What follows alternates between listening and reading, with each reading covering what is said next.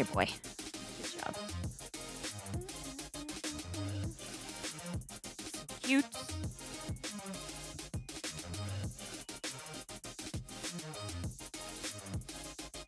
Oh, it didn't update it. Dang, Areno. It's always doing that. We're live. I changed the stream info, and then it decides to revert to the previous one. It's fine. I'll change it now.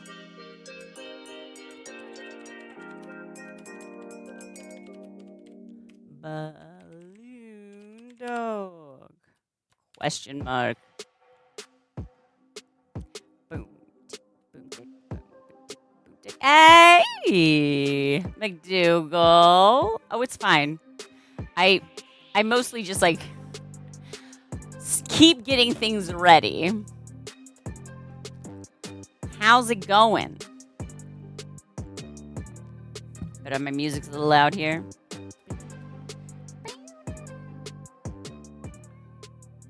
All right. Richie! Cheeky Healer! Hello, friends. One of your favorite parts of the week. Richie! You flatterer. Thank you. This is one of my favorite ways to start the week. Start the Monday. Oh, you want to see the look at my table. It's kind of a mess. The balloon lady is cluttered and messy? Well, that doesn't check out. So, cheeky. I love you guys. We love you too, Miami Beach balloon guy. Chris, thank you so much. Look at that.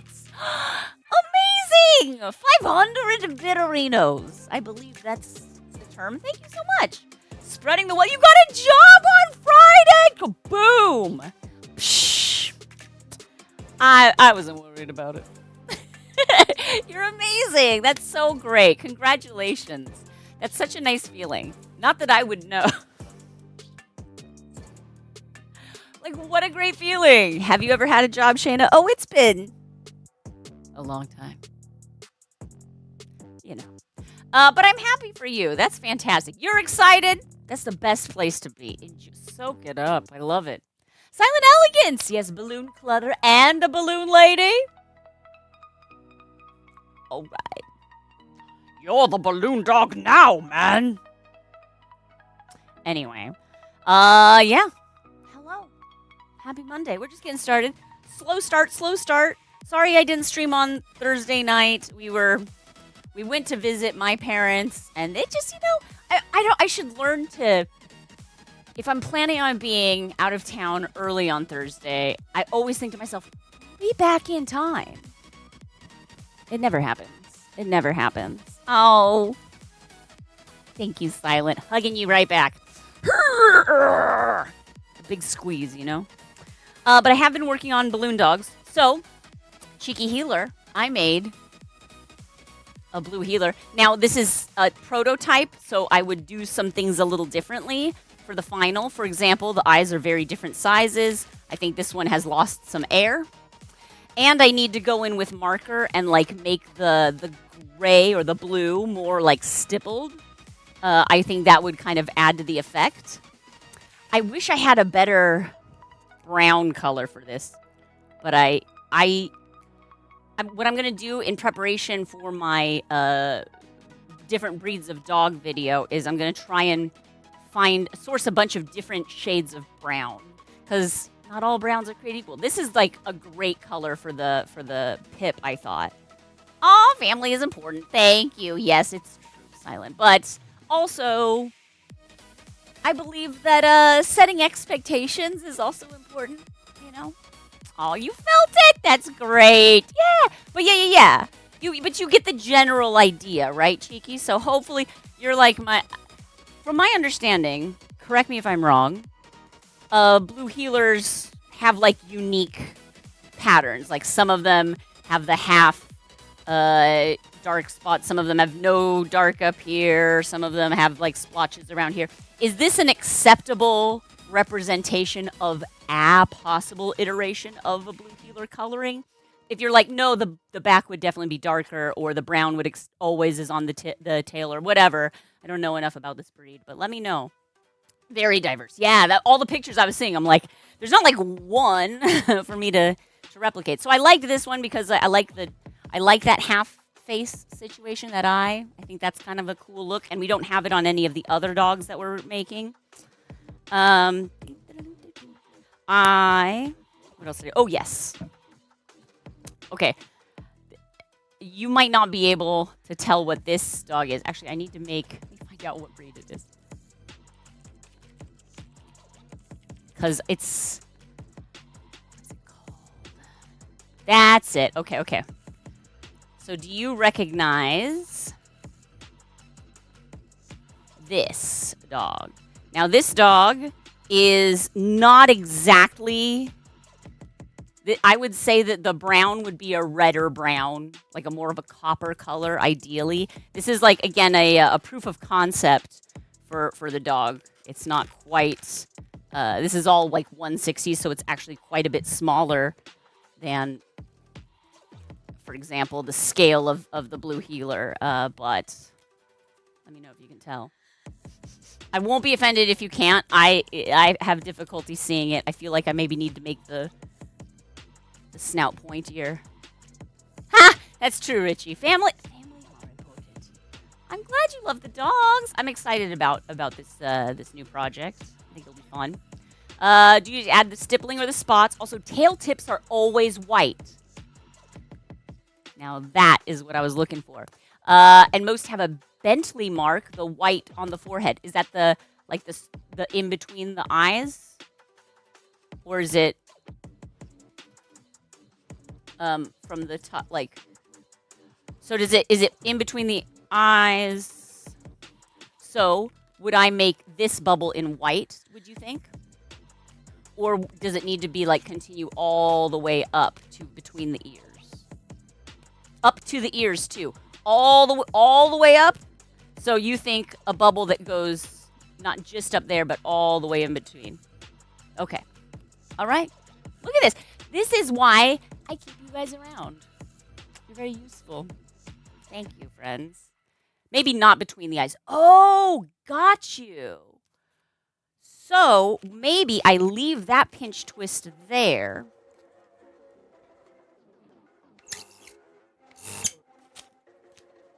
The Bentley mark, that's what it's called? Interesting. Okay, so if I did... Let's see here. Let's go to this. Do a little... I know, for whatever reason, I don't know if it's the Wi-Fi or what, but there's a little bit of a delay on this camera now. More than I'm used to.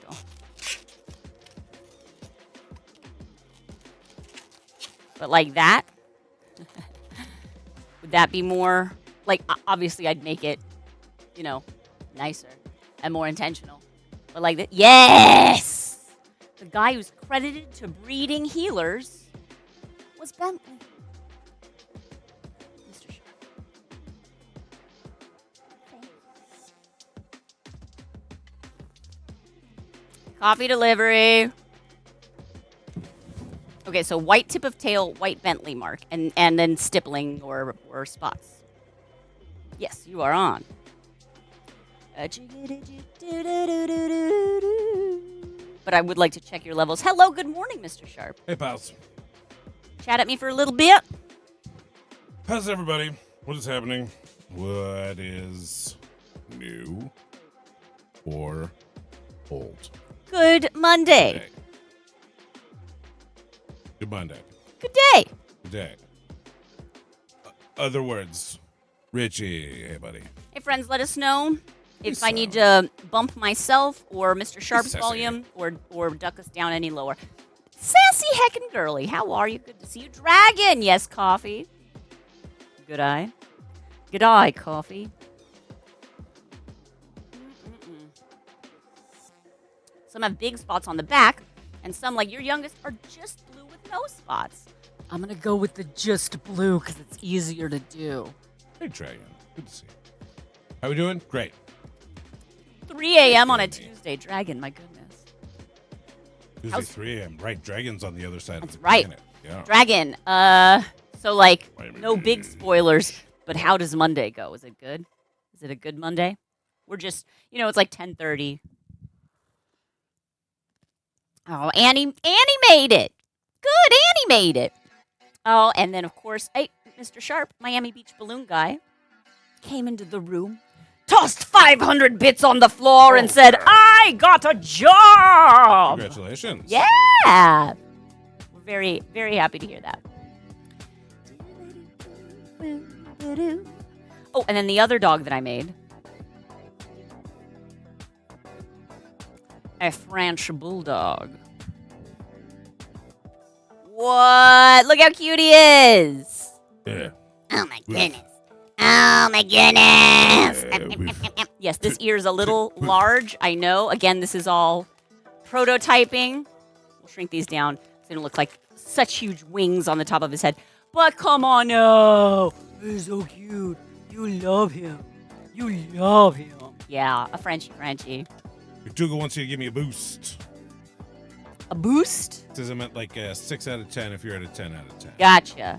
Boost. Bonjour. How's it going? Say it again. Bonjour. That feels good. Bonjour, bulldog. Comment allez-vous? Pretty well. Magnifique. Comment ça va? Magnifique. Merci. Mwah. Bark. Le bark. Bark. Le woof. To you. Bark. I also did, because I came up with a new... So when I did this, when I came up with the Frenchie, I was like, oh, I like this 350 pinch twist head construction, which is actually the same head construction I made for the simple Paddington, which I also think I filmed and haven't done anything with, so that's a good idea. It's another thing we can do. And I used it to remake the Chihuahua in green. Yes, I know. I didn't feel like going through all of my my blush 360s for this. But look, it's pretty cute. Like, it's a cute little body, right? Come on. He's so adorable. This Applehead. It's an the applehead, yeah. apple-headed dog. Not a deer head. Applehead. Dog Also, that with is the their fur. original coloring. Yes. Been bred out of them, sadly. But that's the traditional way Chihuahuas looked when they crossed the land bridge. Really? Wow. Today we learned Many the fun thousand facts. years ago. Oh, and I forgot to say, this was based on a collie. You know, like Lassie. But I think it actually, because I made it out of 160, it looks more like a Shetland sheepdog, which is basically short-legged collie. And I know there are probably some dog enthusiasts who would like bristle at the, at someone saying, oh, Shetland's just a short-legged collie. Excuse me, but... Look, I don't know what those folks at the AKC or Westminster or what have you. It is a... Thank you, Amy. I don't know what they think when they see dogs. They got Brooks weird Fred. standards. I They're know, different than right? mine. They have different... I judge dogs mostly on charisma. I try not to judge dogs. Oh, I'll yeah. judge a dog. No, charisma is absolutely... Do you make me want to rub your tum-tum? Do you seem stern and austere? I can get down with that. That's cool. Are you, like, sweet, but not, like, over... Like, I don't like the dog that's like, I want to play so much that I'm going to jump on you. The It's dog like, that's "Ugh." comfortable in its own skin. Even if sometimes it's a Shar-Pei and it has way too much skin. I would Still be comfortable in its own I skin. would be comfortable in Shar-Pei's skin. That You know, sounds I like a- terrible. I like that a sounds baggier- very... That sounds very Cruella de Look, Vil. we're against fur here. Hello, I'm Sharp Cruella de balloons. Vil. It's me, Cruella de Vil. Cruella. How many of us Oh, man. remember our son telling stories and telling one about him being Cruella de Vil and telling the story of her car crash. That's a good one. That's a good one. That's a classic. A classic of the genre. Miami Beach, you mean on the Chihuahua? I will tell you. But let's see here. Yes, you got it, dude. So yeah, the head, I mean, I know you know the head, but the head is 4 pinch twists in a 350. So maybe you didn't know that. 4 pinch twists in a 350/60. The muzzle is a 160 loop. Just kind of like one of the pinch twists is a little smaller, so it's kind of just connected in there underneath that. And I kind of bent it up so it wouldn't like point down. The body. So here's the situation. This is how I like to make animals. First, you get 2 animals of the breed that you're looking for. Yes, that's exactly what I was going to say. How'd you know? And then you take them out to a nice dinner. Mm-hmm. Bottle of wine. Exactly. You got to set the mood. All right.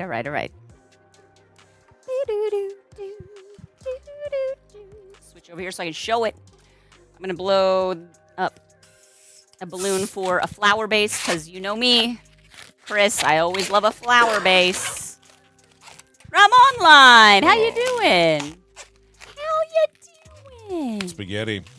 Well noted for its romantic powers. This is a night. Ha! Fellow ADHD Earthlings. That's us. That's us.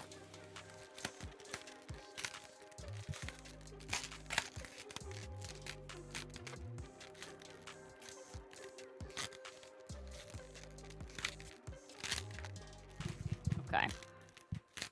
Beauteous. Wonderful.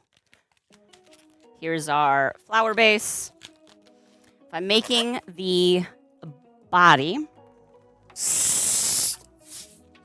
260. Trek nerd. It was. I wasn't there. I was taking my son to the park. You can talk a little bit about it, Mr. Sharp. I think that's fine. On Saturday, I went down to the Brad Sherman Town Hall at Cal State University Northridge. And it was fine. Most of it was fairly boring, and then there was a troll that came in at the end who was, I think, being deliberately obtuse.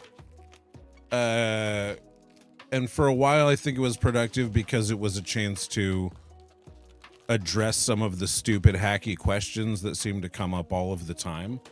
But then at a certain point, once you've addressed all those stupid, hacky questions, but they keep asking them, the joie de vivre can be sapped from the debate type energy. I don't know if that's too abstract, but it got tedious at a certain point, and then we bailed. Hey, and then you got to bounce. Look, if you stream in the politics, I think category, I think that's like people cruise there looking for people to try and ruffle their feathers. Do you know what I mean? Yeah, exactly. Like that's totally a thing. So did you catch that, Chris? 260 down. This is like either you can do 2 loop twists or you can just do a double bubble and push it down. That's the haunches. And then another bubble back up. And so you attach the head here, and it's your choice whether you want to take 160 and run it down the sides of the body for the front arms and the leftover for the tail. That's what I did on this guy here.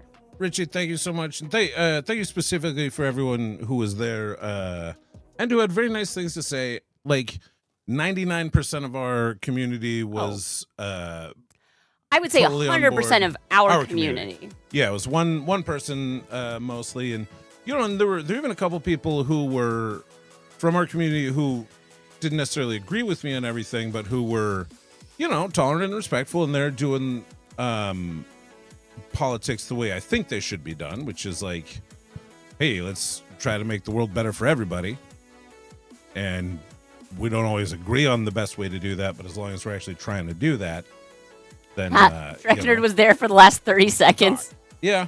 You might have last caught 30 seconds, maybe the worst 30 seconds. Yeah, probably right, because it's the point at which you've decided you're no longer making progress, and so you're like, hey, and we did what we needed to do, and we're gonna head out. Yeah, I get you.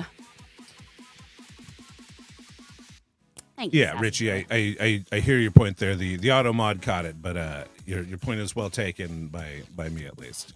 Yeah, and some people were just very kind to me afterwards and sent me some nice messages. Yeah, that was really when when you were telling me that, I was like, I turned off the stream and I was like, well, that was a failure. That wasn't good. Like you said, if you're gonna do a political stream, then I think you have to expect a degree of, it's the category. Like people are gonna be strolling through looking for libs or whatever.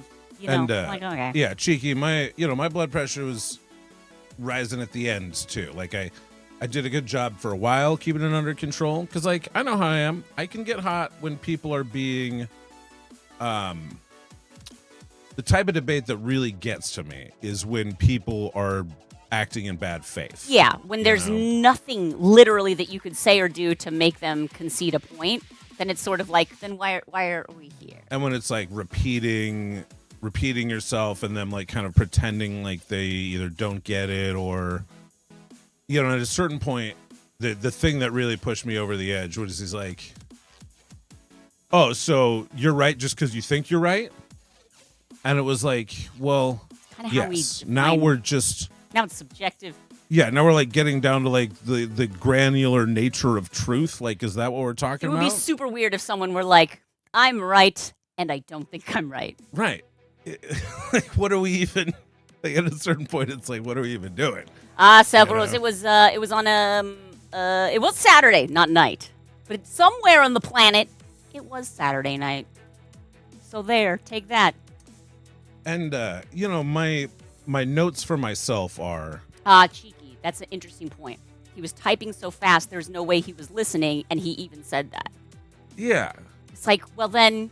Now what you're just doing is hijacking a platform and like standing up there with your like loud. What's annoying to me is that it's dumb cliches, and it's so frustrating that like. Well, because certain people make their arguments in memes, right? Exactly. It's like it's easy to remember.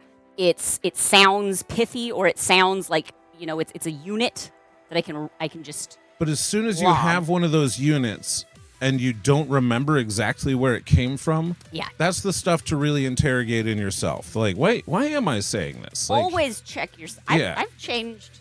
I've evolved in some of my beliefs over time. It's uncomfortable. I've developed at least like a little bit of an alarm bell that goes off when I say a thing that's like, oh, that's like a thing that feels like something that someone put in my head 20 years ago and that I haven't really revisited. Held up under the light of data, But, like, we do that all the time. Because the thing is, you get way more information put into your head than you ever have the time or the diligence to, like, check. That's just the nature of, like, facts, conversation, everything. There's just more coming in. And so, it's hard. Yeah, I don't believe you should enter into a debate if you cannot even imagine a world wherein I'm not saying you're like, well, I'm totally flipped. I'm opposite side. But like where you cannot be presented with something that you can verify that might change your opinion. You know what I mean? Like if you're just like, you can't change my opinion and this is why, then it's like, well, then what's happening here? I don't know. Anyway. And Trek Nerd, facts, data, evidence. That's all that matters. That's very much where I'm at. And like, that was part of why I was frustrated in that moment, and why in general the idea of debate frustrates me. Thanks for asking, Nikki. Is because, for example, the big issue that we were talking about was trans rights and care for trans kids. And I don't want to open up that can of worms here. Well, but look, we're not in a political channel. I would just say in this channel, that's not up for debate. Yeah. We do not entertain just asking questions here. This is a place of love. Bar none. But in a debate, I say, if you want to talk about this thing, you can't just bring hacky cliches. Yeah. You have to bring some data. And so if this is a thing that is actually important to you, then what I was asking repeatedly was like, where's your data?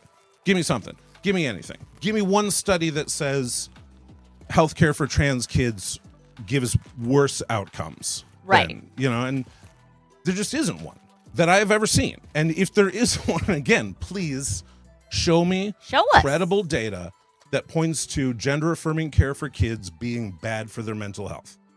And all the data that I've ever seen from every single reputable scientific group. I linked to 3 articles in our Discord if this is interesting to you. Is that it came up on stream? Yeah. There's Psychology Today, From Scientific online. American, and Harvard.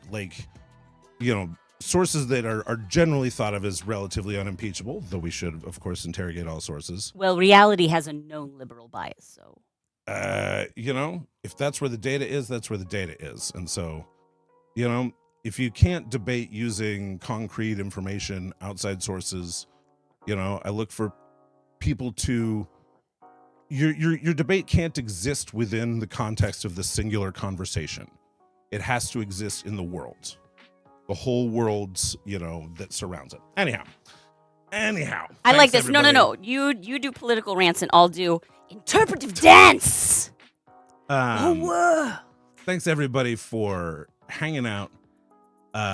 Thanks everybody for being kind and supportive. I know that this is a group of good and kind people, and I'll probably do political stuff again in the future with some more, You're going in knowing what to expect. Yeah, learning from this experience and trying to go in a little better armored next time. But all in all, I think it was an uncomfortable but successful first attempt at doing something like that. And so follow Mr. SharpBalloons if you are interested in that kind of stuff. And, if you want to just keep it light and happy and love, then that's here. Yeah. Yeah, I think there are good ways to do political talk online. One of the nice things about it is that you have the ability to access information very fast. That's true. You can look up an article. You can link send to it. You can. Look at our Chinese Crested. Oh no, buddy.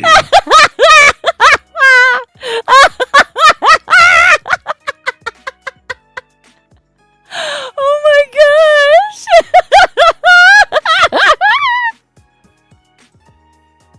It's getting more accurate as time passes. My art is truly great. I love this so much. Slow mode is a good idea, Supperos. Thank you. The slow mode. Because then they can't just brah, brah, brah, brah. Dominate the chat. That's smart. That makes sense. Thank you. We've literally never had a problem with that, Supperos. Because obviously For these streams, if somebody comes in for these and streams, is at if all anyone's starting violating anything, slow mode, it's like they're sending a bunch of Iggy Jam emotes or something. I'm like, that's fine. You can do that. and in a way, I initially relished the opportunity to on a political stream. It's like, okay, this guy's asking questions, and they're the same dumb hacky questions. But the good thing about dumb hacky questions is I have the straightforward, simple answers to those. And so it's cool. This occasions the opportunity to talk about why these things are important, etc. I don't know. I forgot what it was after. I had more of a point after that, but I lost it. It's all good. Slow mode and stuff. I think we were talking about. Oh, right. Slow mode. Yeah. Look, it's all good. I think we'll do more of those in the future. Thanks to those who hung out. Extra special thanks to those who sent messages of support to Mr. Sharp for being, for taking on that blood pressure situation. I am grateful to him. He's good at that kind of stuff. Oh, I was here. This is not a place for political debate, and especially for issues like trans issues or any kind of attacks on any degree of protected class. That's more just like a That's ban. just a you just don't That's get more it. just that's not what we're doing here. And if you're trying to do that, just go elsewhere. There's a whole category for you. And if you can't follow the hints to go elsewhere, then we just have to make it so that here's not the place that you can be. So, As we say, don't be the reason we can't have nice things. yeah. So we're not going to do that type of stuff here. We'll do it occasionally on the Mr. Sharp stream, but we'll keep it fun and positive here. Yeah, we're How's fun the and park positive. little boy while I was doing the politics? Oh, it was great. It was really nice. We actually went to the park to spend a little time with my aunt, who is in town. She lives up in the Bay Area, but she was in town for the weekend. So we did a little park play date with Auntie Joyce, and that was very fun because we don't get to see her that much. Like, she's our son's great aunt. She's a great aunt. She was always my favorite aunt growing up. She was your favorite you know? aunt, and she also never had kids herself, and so Right. she just kept She's like the perpetual like aunt. living this like global jet-setting yoga retreat. Am I jealous? A little. It's fine. It's fine. I'm less jealous of Auntie Joyce just because I don't want to do the things that she goes and does. Oh, But yeah. I'm happy so glad. for her that she has the freedom to do them. She and my mom just went on a big vacation together. I love that. Little sister vacay. All right. So I did. Oh, Ramon Line also redeemed a hydrate, which I did do, but a stretch, which I didn't want to interrupt you, Mr. Sharp, but let's do a stretch here real quick.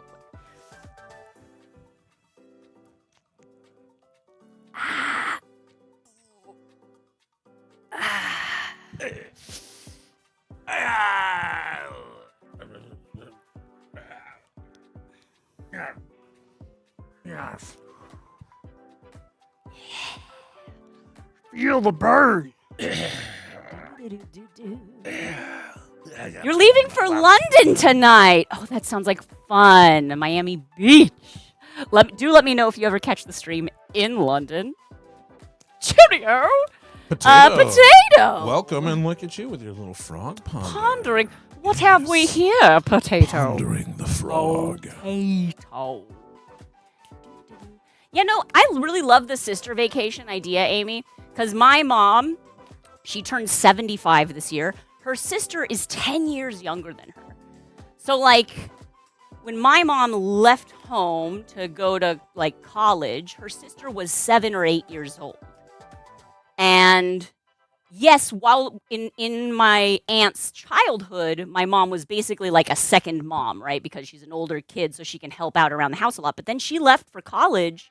She went down to Southern California and never moved back to the Bay Area. So while Bay Area to SoCal is not, it's like a 5-hour drive. It's not a thing where you can just like hop over. So we saw each other for holidays, but then my mom was like having a family and doing her thing, and my aunt was doing her thing. So they haven't really had a lot of like adult sisterhood together. Like, I guess whenever we all saw each other, it was family vacations, right? So like I kind of love that they're able to go and just be adult women exploring the world together on their own and like have a relationship. It's nice that even at 75 and 65, like they're further deepening and developing their relationship. Hey, yeah, let's go. 5 to 8. Oh, Sepulros, yes. No, fair. And I was, when I was a child, we were coming up from like Ojai, which is a little further north than LA. But yes, it is, it can be. Anna, you just got back from Atlantic City celebrating your birthday? Ah! Did you go to a show? Did you gamble? Did you play games of chance? If so, did fortune shine upon you? Or did fate Was luck take out its a lady anger tonight? upon you? Luck, let a gentleman And what see. is your game? What do you play? How nice a dame you can be. Did you stroll the boardwalk? Those are all the things I know about Atlantic City. I lived in New Jersey for 2 years. I only went to Atlantic City once. I think it was for a job. I don't think I got to see anything. Kind of boring. Manly Mutt! Manly Mutt. Fantastic. Sell your art. Yes. Yeah!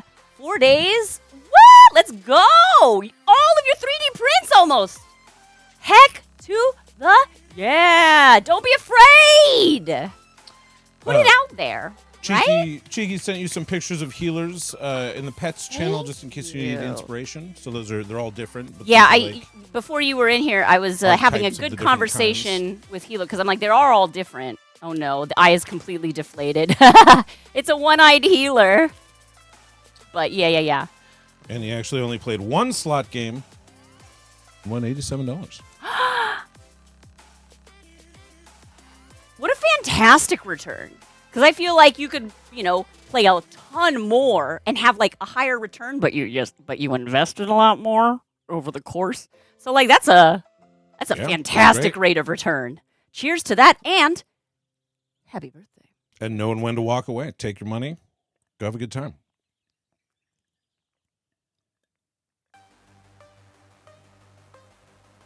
Healer, oh my gosh. Can't even imagine if I'm like making a making balloon dogs video for kids. And then I'm like, all right, and now we're just going to pop this one eye. Oh no, it was a terrible accident. That would be... Oh, God. Got himself into a pickle. Jeez Louise. It would be horrible if I did that. I did that. It was just an example of what would be horrible for me to do. Right, exactly. I would never. You were just doing the thing that would be horrible for you to do as an example. Look, as a goof, okay? It would be like unto popping the arms of baby possums just right. to put casts on. No one would do that. No one would do that. It's like that one song, Popping Eyeballs in the Club. And it's like... Like a twister. I think I would never do that. A pug-eyed... would never cheeky. just pop the eye of some dog, some chien... Andalusian. Or, sure, for Ow, example. ow, ow, ow. I don't know where you're getting your You shiens. know what's so funny? Last week, I was this close to making a chien Andalusian reference. Oh, okay. No, not... Reference? There's enough of a beat.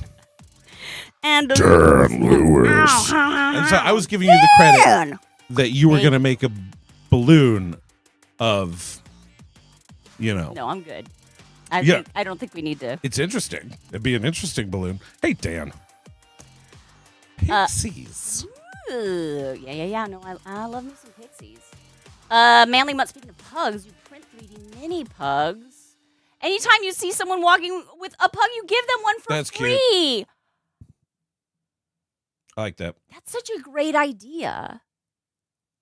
Especially, man, I don't know if you sell online, Manly Mutt, but if like on the bottom you have like a signature or a website or something, because it's like a free gift and it's joyful, it's specific. Because I mean, you can't do that with all doggos, but like you pick one breed and then you're like, this is the one, and like I think that's so nice. Aww. So I did this weekend post a new video to our YouTube channel. If you're subscribed, you may have got a notification. And it might have been a little confusing of a notification because it said, SharpBalloons has posted I made a Stitch out of balloons video. And you're like, but Shana, you already posted a Stitch balloon. You're absolutely right. But I posted a short edit. So the first one was about like 10 minutes long. Hang on, The first one was about 10 minutes long, and I just wanted to make it a little shorter, a little faster moving. You know what I mean? Because like it kind of just want to make sure that stay. I know this tripod is not exactly. It's a very wobbly tripod. It's one of those like. Very portable, very cheap tripods. RC Maniac is here. Ah! Good to see you, RC. RC, you should 3D print like tiny dragons. And then when you're walking around, if you see anyone with a pet dragon, you give them the 3D printed dragon. That's a cool little trick. You can have that one. I just gave away Manly Mutts. I'm just kidding. Yeah, Manly. Okay. But I want to show you the Stitch video. It is only this one is only 3.5 minutes. So we'll watch it together, and then let me know what you think. Let me know if it's like, ooh, that moved too fast, or there's this one part they didn't understand what was happening. Or you can just say, that's cool, Shana. And I'll be like, thank you. The very backs! Tier 2 for 3 years. Baxter. Thank you so much. You're incredible, Very Bex. What the Bex? Yes, what the Bex? Ooh. Oh wait, Manly Mo, was it like the dragons that like? I love the little the mobile dragons. RC gave us one of those. Okay. We're gonna watch the Stitch video. So please enjoy. Is this it? Yes, there it is. Oh, look at that. The perfect, most photogenic face I could have ever had. RC is awesome. So you're aware. So you're aware of the maniac. All right, friends, I hope that the volume is good on this. Please enjoy 3.5 minutes of Stitch. Let's go for a ride. I definitely had handlebar streamers on a few bikes when I was growing up. Lilo and Stitch is one of my favorite movies of all time, and I had to recreate one of my favorite moments from the film when Stitch hijacks a big wheel and cruises all over Kauai. A lot of different shades of blue for Stitch.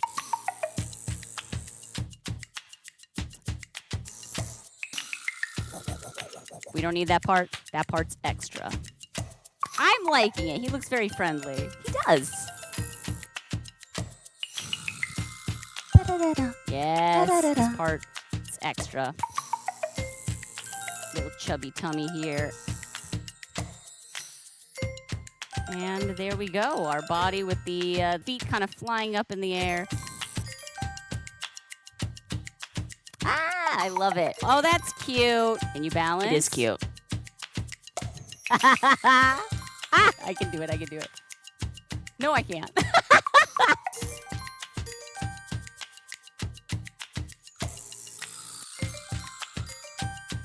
Yes. I love it. Okay. Making our tricycle seats. Lots of purples. Lots of pinks.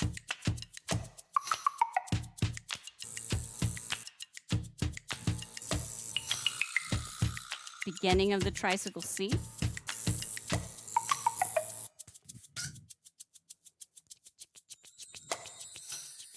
So far, so good. I love this. Okay, keep it together, Shana. Keep it together, Shana. Okay, how am I doing the big wheel? Excellent question. Push that all the way in. Beautiful. And twist that off. Yes. We did it. Good job, everybody. Tie these two together. Exactly like how a real big wheel works. Sort of.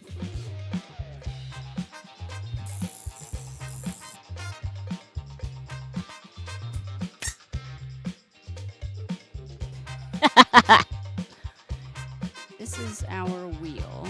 Oh, what?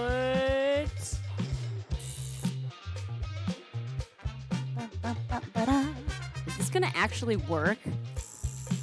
I'm so excited. Me too. Here's a pedal.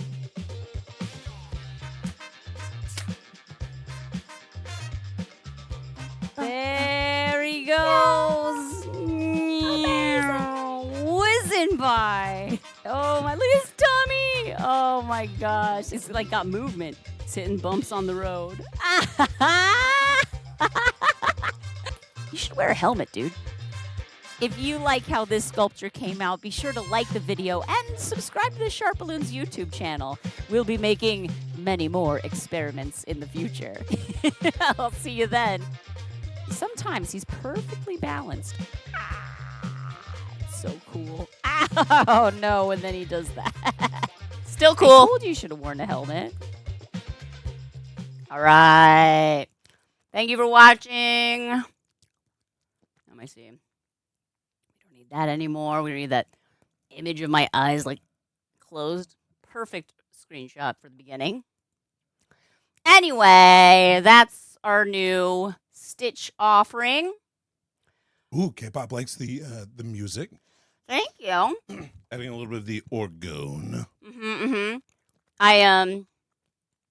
That was one suggestion that we got from Muted Star, who, by the way, gave me some great advice.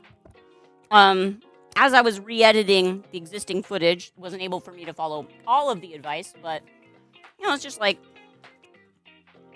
I didn't. It was a lot of stuff to think about, and so as we were thinking about making a shorter version, we're like, well, let's try to incorporate some of those ideas, and there's just a lot more for us to think about going forward, and we just really appreciate when people who have experience take the time to share that with us. And Muted obviously didn't have anything to gain on his own for that. That was just like a mitzvah. Yeah, very cool. And also, when people are kind enough to offer you concrete professional notes on something, I think it's best to treat it as a mitzvah and not as like well, you don't understand my art, because like maybe they do and they're just trying to help it.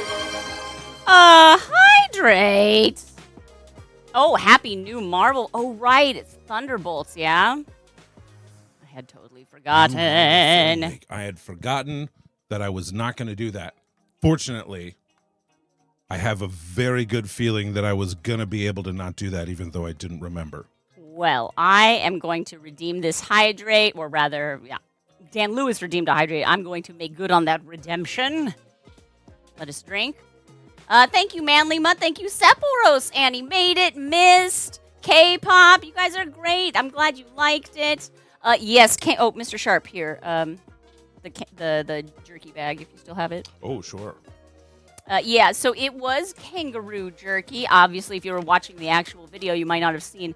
Mr. Sharp brought in some kangaroo jerky. You were mentioning earlier that your aunt and your mom had gone journeying across the world.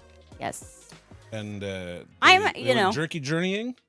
Look, as far as things you can bring back for me from foreign lands. Yes. Spiced and salted meats. An excellent selection. An excellent selection. For me, chocolate. T-shirts are good for a lot of people, but I'm so obsessive compulsive about the boring clothes that I wear that it's almost impossible to buy me like a souvenir shirt that I will wear. I don't wear souvenir shirts from the places I've gone. Right. It's hard to be like, New Zealand, when you're like, yeah, no, my mother-in-law went to... Because then somebody's like, oh, you've been to New Zealand then? That's fantastic. And you're like, I haven't. I'm a fan. I'm a big fan. If you haven't been to New Zealand, then why is your accent so perfect? Yeah. That's exactly what you'll sound like. I mean, it's pretty good. I got to say, your New Zealand, I can tell the difference between your New Zealand and your Australia. Right. Well, that sounded more Australian. But yes. Yes. Snacks can travel well. Yeah, and they're like smaller packages, and I love it. I'm like the reverse Arby's. I want the meats. I don't have the meats. You bring me the meats. Hello, Dion. Am I pronouncing that correctly? Welcome, my friend. You have brought a gift for me. Thank you. Dion. I accept your gift. King of New York. Mr. Different Sharp, Dion, I don't know. Be a voice actor. Annie made it. I agree. Now you tell the world. I had some roux steaks in Australia when I visited Matt Falloon down there. I was teaching at a Sydney balloon convention. It was just a short time, but he definitely made some barbecued roux. Threw some roux on the barbie. I shouldn't. Similar to eating deer in America, there's sometimes overly abundant nuisance, so it's helpful to eat them. Yeah, no, that is what they're basically like, the deer of Australia. Yeah, I went to high school. There's like vehicular. I went to high school in the grounds of the Air Force Academy, which is like a tiny little enclosed space, very forested, huge deer population. And they have a deer hunting season because if they didn't, the deer would explode in population and they would eat everything. And they would eat all the like lichens and all of the, various things that deers can eat, so much so that they would all die because there'd be no more food all of a sudden. And so the hunting there was like a very necessary thing. I have to the deer. kill you to save you. Yes. Now, I'm not pro hunting personally for a number of reasons, but there are certain areas where like it is a environmentally productive thing to do at certain times. Given the safe, world that legal. us humans have created Right. in the environment. Let's Correct. say it's only necessary because we've already screwed everything else up so badly Because and we taken did- out all their predators and you know. we did build a base for vehicles that defy the will of God. Yeah. So, given that we're going to be defying the will of God, like if that's already if you're a going to given, spit in the face of nature, better aim. Okay, so yeah, wonderful. K-pop loves your accent as well. being a fan of Brokenwood Mysteries. Oh, is that like a fun little New Zealand mystery show? I feel like someone was telling me about that. I feel like we heard about it once too, because maybe it was your It sounds mom. like a thing I would like. She was talking about. Maybe it sounds like a thing she would like. Yeah, like a crime. That's like my mom's. Mr. SharpBalloons. My mom and I's like area of overlap in interest is cozy mysteries. You know the mother-son Venn diagram. She likes mysteries of all sort, and I like coziness. And so when you really get a cozy mystery, oh boy, I like mysteries too. I find the idea of a mystery cozy. Manly, my one thing that I was told when I was having kangaroo prepared for me is that you prepare like it is super rare is often the way that they when obviously jerky is not rare, but like when you're doing steaks that it's very rare that like Because it gets super I think tough. I think if you do overcook it, it gets either super tough or like gamey or something like that. But maybe again, this is just the person who was making it for me. I didn't like speak to a culinary expert. Dan, did you ever visit the Springs, or did you read or see a bunch of materials about it? Did you form thoughts of the Springs and/or the base there? Because I used to have to ride a school bus onto that base every single morning during the week. Yay! Was it fun? I kind of love that, Amy Roberts. Readers, it was not.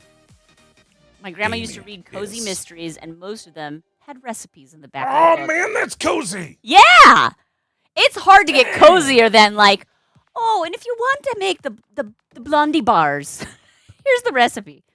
Ah, so cute. And like if like a finger was found in them, then you can do like a little gummy finger or something, like a carrot, Oh, just to be adorable. cheeky. Yeah. So let's see. What else do we? What That's else? a cozy mystery. Amy Roberts, do you remember like the authors or the detectives or anything that your grandma was into? It was like a series, specific series. So anyway, we've got our green Chihuahua. Oh, so the thing that I need to do, as I am preparing to do a dog breed video, is I need to get my final list of which dogs I'm making and which color, which coat variation I am making them in of 4. Yes. So, I'm going to start with the list of dogs that have like one real iconic color presentation, or like for example the blue heeler. Like obviously there's several variations on this, but it's always going to be gray, black, and like a rusty brown. So I'll say blue heeler. I know there's a couple other dogs that can be like literally that like steel blue color. Like Weimaraners. Weimaraners, maybe the Weimaraners I've known are more of like a slate gray, or like a shiny. Unless kind it's of a red slate heeler, gray. but I'm going to specify blue heeler, cheeky. Sneaky Pie. The K-pop also said that they are currently running. The new season just started. There's lots to catch up on. It's humorous and has excellent stories. I love that. That sounds like what I would what like. platform K-pop? Oh, that is a good question. Because we don't have all of them, but we got some of them. All different kinds. Hallmark made a couple of books into movies or shows. Aurora Tea Garden. And the Cupcake Shop Mysteries. I should watch more Hallmark mysteries. I'm sure I would like those. It sounds very cozy. Very cozy indeed. There's been a murder. A murder. That show. The Paula Pell. Yeah, what mystery was that show. called? The Oh, it was sounds on- so much like the New Zealand one the that- something. because it's like Yeah, the Tricolor Bumblewood. Beagle, it's thank like you. the Maplethorpe murders. Yeah, Maplewood murders. Maplewood maybe. A murder. Let me see. It was for our dear deceased friend Quibi. Where is the murder mystery for Quibi? Wow! Dojo! Thank you so much, Pottery Dojo! 4 years? Oh my gosh! Dojo. What the heck? Yeah, we're actually coming up on, you could have got a degree! Congratulations! You are now a Bachelor of Balloons. Congrats! Oh my gosh, that's so funny. Brindle boxers would be fun.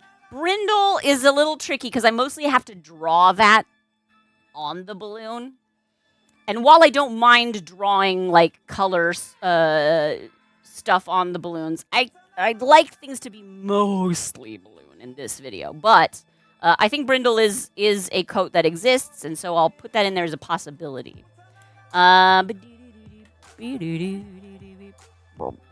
Let's see here. Amazon, specifically Acorn. Thank you, K-pop. We'll take a look for it. Joanne Fluke novels. Are we writing these down, Mr. Sharp? Because he's going to be the one looking for these. I love it. Let's see. He's got a lot on his Yeah, plate that's the right Paula now. Pell mystery show from Quibi. It's called Mapleworth Murders, and it is on the Roku channel. For Okay. those who have a Roku. It is strange to watch because they're like I think no episode is longer than 7 minutes or They something. are designed for like mobile watching, but most Rokus I think are just like full TV devices, right? Right. Is there such a thing as watching Roku channel on your phone? I don't even know. I don't know. Maybe. I Maybe. never do, but I'm an old lady, so. Ah, Joanna Fluke was one of the Leo cozy Coyle. mysteries with recipes. Cleo Coyle just sounds like a Fantastic. mystery writer. Fantastic. Okay, we were also saying, folks were helping me out, and Doberman Rottweiler, black brown, and German Shepherd, the brown with the black. Yeah, okay, so I'm going to do German Shepherd because I think they're somewhat popular because of Paw Patrol. Mm-hmm. You know. And just because they're like the tough, mean dog. Yeah. How tough. I'm not like stoked about the propaganda aspect, but I don't believe that the dog is to blame. So, and then Doberman / Rottweiler. Golden Retrievers are great, and they are a distinctive color, and you know everybody loves golden. Nobody's mad. I at mean, golden the thing Retriever. is, golden might be a good first one to do because it's just That's the kinda most what I basic. think. Yeah, exactly. Like, here is a dog. It is one color. Most likely to be the dog that any given kid watching is going to have in their house, I would imagine. Do you think? Because I know you were saying that when I say Frenchies. most likely, I would think that is like the plurality, not like a majority, but like most likely to be the breed that somebody who has young kids is likely to have. That's me drawing my own personal like hacky associations that may or may not be accurate. But like Frenchies, you know, I don't associate as much as being like a full family dog, although there are of course families that have it. I'm talking in aggregates here, which of course is dangerous Yeah. because everybody Chiefy's loves pointing out asking- the exceptions to an aggregate. How do you distinguish a balloon golden from a yellow lab? And the answer is I probably don't make both of them. Because the thing is, those two, Right. like in reality, I could tell the difference. A golden has a longer coat. They look a bit shaggier, a bit more golden, a bit more of the brown tones, like a warm honey color. Where I feel like a yellow lab is almost more of a platinum kind of maybe I'm misremembering. with the shorter coat. And it's tricky to if we're talking about like, because I wouldn't consider golden retrievers to be like a long-haired dog, like the kind where it like hangs down, but they are They like are a little big. they're yeah, for they're sure. shaggier. I do think of them as like a longer-haired dog. Not Okay. like fully long, But like but what I'm saying is I'll probably still make it with like the dog. Like I'm not gonna use balloons to recreate the fur. Do you know what I mean? I'm mostly gonna make the balloons to make the shape of the dog's body. I think Dalmatians are a good one. Yeah, I wrote that one down. That's a 'cause, good yeah, there's different Paw color Patrol code. and Disney Dalmatians, and they're just distinctive visually. Perfect. So that's all good. And I can make it like with one black ear or something. Like it doesn't have to just be a white dog with right. some spots on it. Dalmatians come in very many different iterations. That will be a lot of me drawing on the balloon again. As I said, I'd rather not, but what can you do? It's a Dalmatian. There's Huskies, or yeah, husky, because they're like another that possibility is just a wolf. to talk about. And yeah, I'd be like, this is one kind of dog. Are there The other? first. So there's a ton of big cats out there. I mean, we live with one. Are there a lot of big dogs? I know that there's like wolves. In theory, there are dire wolves again now, although that's not something that. Depends on the way you interpret. And then like coyotes, I guess you could count. There's more wild dogs. Yeah, do foxes count? Yeah, Well, I yes, know, they're Kevin. very You're talking clever. like mastiff. Yes, those are big dogs, but I think you're talking wild animals. Well, yeah. So like we have domestic cats, and then you have the category that's big cats: tigers, lions, jaguars. Yeah, I don't think there are. I mean, like maybe like are hyenas? Did they say hyenas? Hyenas were vulpine. They were either more closer. They were neither dog nor cat, but they were closer. I we think learned to so cat, much which from was Open surprising. Set. Open Set does this thing Yeah. where it's like, is it canine or feline, and then shows, and it's very interesting. But I will say, I don't think there are large dogs like in the equivalent of large cats. Right, there's not like like large a- cats are obviously a different species. They're not like and they're basically just domestic. Like a house cat is not a domesticated tiger, but a house dog is closer to being a domesticated wolf. They're not, but the line is straighter than like these are different species, and I don't know, but maybe. The blue ones might be a hound. Yeah, I think like a bloodhound are some of the blue that kind of steel blue color. I always think of bloodhounds as being the kind of basset red- hound color, the red, copper red, and brown. the dark. Yeah, but I Maybe it's I not don't a know. I'm not. bloodhound. There is one kind of hound that's that steel blue. There are Beck's saying lots of different types of wolves than dingoes, hyenas, coyotes, and African wild dogs. But again, they all kind of are in the same size. You know what I mean? Like, I mean, look, I get it. I've seen a wolf that I had I knew a guy who had a like half wolf, half husky, named Timber, the sweetest dog ever. Like this guy had 2 young children at the time, and very sweet, never aggressive. But man, did it make you nervous, because this dog comes up to like your hip, Right.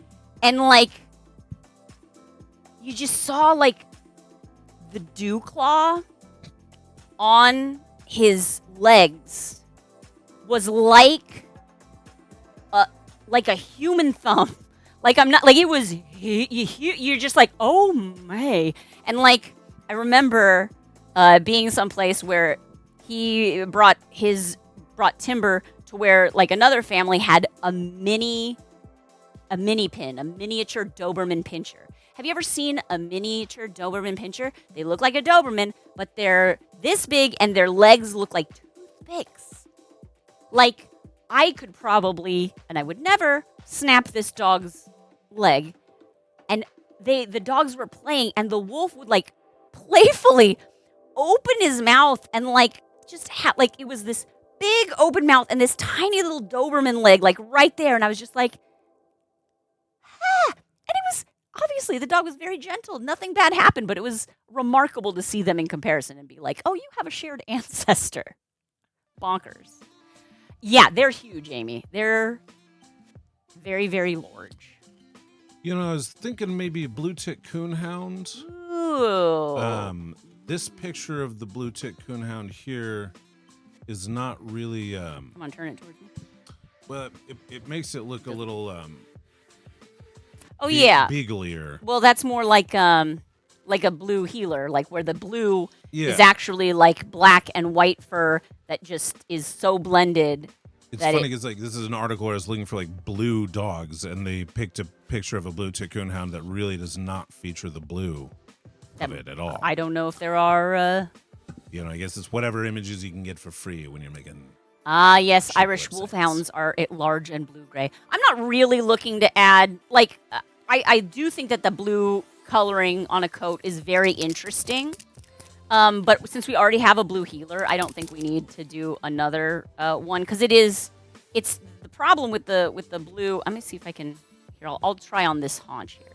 The problem with making the blue look is you really do have to go in here and do like your little lines to make it look like what it is, which is just a really mixed black and white fur. Because gray fur is something else, and blue fur is like, it's different. What if I did it the dark with gray, and what if I did it with a navy blue? What would that look like? Do I have another navy blue? I don't. I just have this super thin one. Let me see. Oh, I could probably do with the navy blue. That might be interesting. Kind of emphasize the blueness of it. I think I've got. Did I put my navy blue pen? Mr. Sharp, I'm going to be so disappointed when my balloon bag stops smelling like Nag Champa or whatever incense it is. It's really, it's a nice smell. You can always ask Flower what type of incense he uses. I can. I may. Keep a little cone in one of the. There you pockets. go. May or may not send the right message to all the moms out there, but just to say.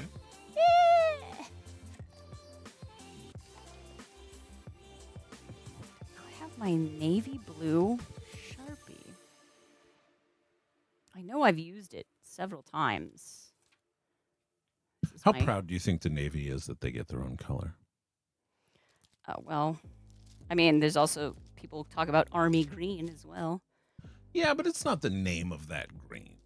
You know, we'll talk about like olive drab, you know. And the Army has like, yeah, your And it's greens, like, your whoa, browns. olive But is the a name of lovely that personality. color is navy blue. Great branding, Navy. Well, if I know anything about people in the Navy, they're very concerned with color and like making sure that they can claim that. Here we go. I'm just gonna do this. This tiny. It's like the ultra fine point Sharpie, which is too small for this, but I don't know. What are you gonna do?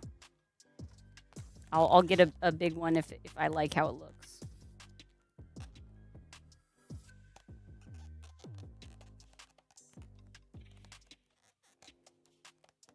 Yeah, I guess I can't really find an all blue tick coonhound. They really are all that might just that be modeled kind of pattern.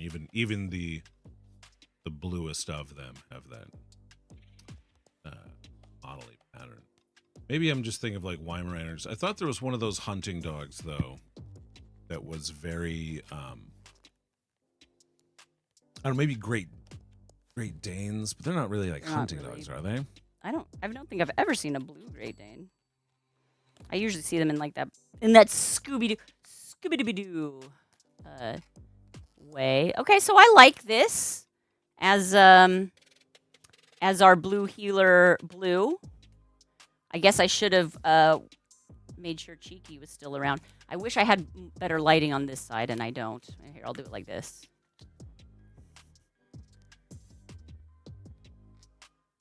There we go. I think that comes out looking blue heelish. Yeah? Mr. Sharp voiceover back. Ooh, that's an excellent maybe. question. I'll never say no to that. I guess we'll have to find out. Ooh, yes, and haiku has been redeemed, my Famous friend. dogs. Ooh. I do like this. Interesting. Yeah, wrong scene. Weimaraner is that all steel color. Yeah, maybe I'm just conflating other dogs with Weimaraners, because I know one Weimaraner and it's like that gray more than the blue, but maybe I'm just conflating. Richie, never need to apologize. Do it. Handle. You got to handle the radioactive. Here's the thing: if you don't situation. handle the meltdown when it starts, what's going to happen is the whole core is going to melt down. The reactor is going to start melting, and then you got no choice you're but to to salt just the earth like for generations Yeah, just afterwards. get out. sell the home. You'll be like, well, you'll be out walking outside with your Geiger counter, like, you'll be like, no, we just gotta start over again. So. Okay, wait, what's your Geiger counter? You do your Geiger counter? What were you? Yeah, like it's very. Who's worked with Geiger counters? Who wins? Yeah. No. Professional There are no Geiger. winners here. There are no winners here. Any professional Geiger listeners? Blue to Scooby-Doo. Pongo to Marmaduke, too. Snoopy, much to choose. I do love that. Okay, hang on. Let me put down my volume, put on our haiku music. So generously composed and submitted by McDougal. Thank you, McDougal. Here we go. Cheeky says, if it is too time-consuming, I would feel obligated to do the marks. I was able to ID it immediately. Not sure what you're using it for and if time is an issue. Oh, well, Cheeky, that's very kind of you. Time is not an issue when I'm filming videos for YouTube. Like, for example, that that Stitch video that I shared is like a 3.5-minute video, and that was definitely like a 3.5-hour build. So I don't mind doing more complicated, yeah.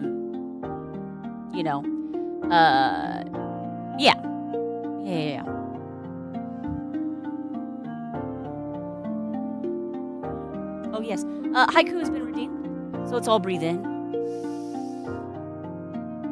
And breathe out. Please compose for us a haiku. That's 5 syllables, 7 syllables, 5 syllables. On the topic of famous dogs. Famous. Oh, yes, a banana. Excellent, Richie. Well done. Well done. Dan Lewis has submitted. And haiku. Is the music good or too loud? Let me know. Her name was Gidget. She was a Chihuahua. She quiero Taco Bell. I will hydrate. Jofus, how are you? Jofus, And hello. squats? All right.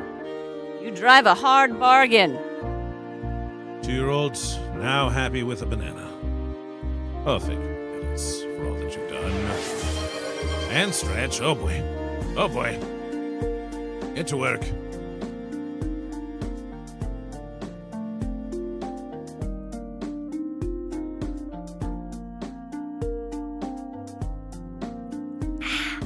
Seven, 8, 9, 10.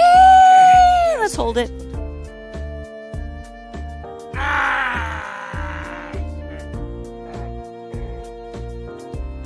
Good stretch, babe. Cheers. Oh, yes, no, Cheeky, same. As soon as I read that, I definitely heard the, was it Copacabana? Her name was Gidget. She was Chihuahua. She quiero Taco Bell and then some Wawa. That doesn't make sense. It's fine. Nailed it. Thanks. And I'll do the stretch too, as well, Jess. Did Mr. Sharp go Super Saiyan? I'm really get my hair. Yeah, it would be very funny if every time he does that noise, we have like a golden light, like right here off camera, so that like a psh, I'd be like, wow, it's over 9,000. No, we did not. Sadly. He hasn't been training in high gravity, though. Here's my question. Have I gone Saiyan? Isn't that like the first step? Sure. Just saying. Once you go Saiyan, you... I don't have a clean answer to that. I've got a bunch of dirty ones. I got no clean ones. So it's Babe! I'm just saying. Babe! Jeez, Mr. Sharp. Not allowed on the stream anymore. I censored myself.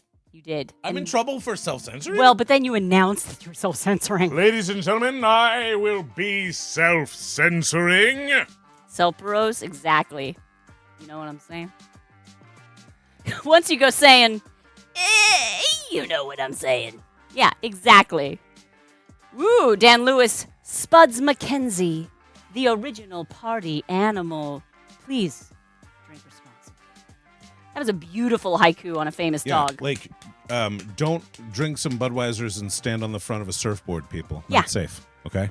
I think please drink responsibly, asterisk, a.k.a. unlike Spuds McKenzie. First of all, original he's a dog. Party animal. If he's drinking beer, that is already like a no. It's Also, like a he's not even a big dog. Like No! one Budweiser and that tiny little dog. It's not great. It's not good. Oh, now I know what it's like for your poor partner.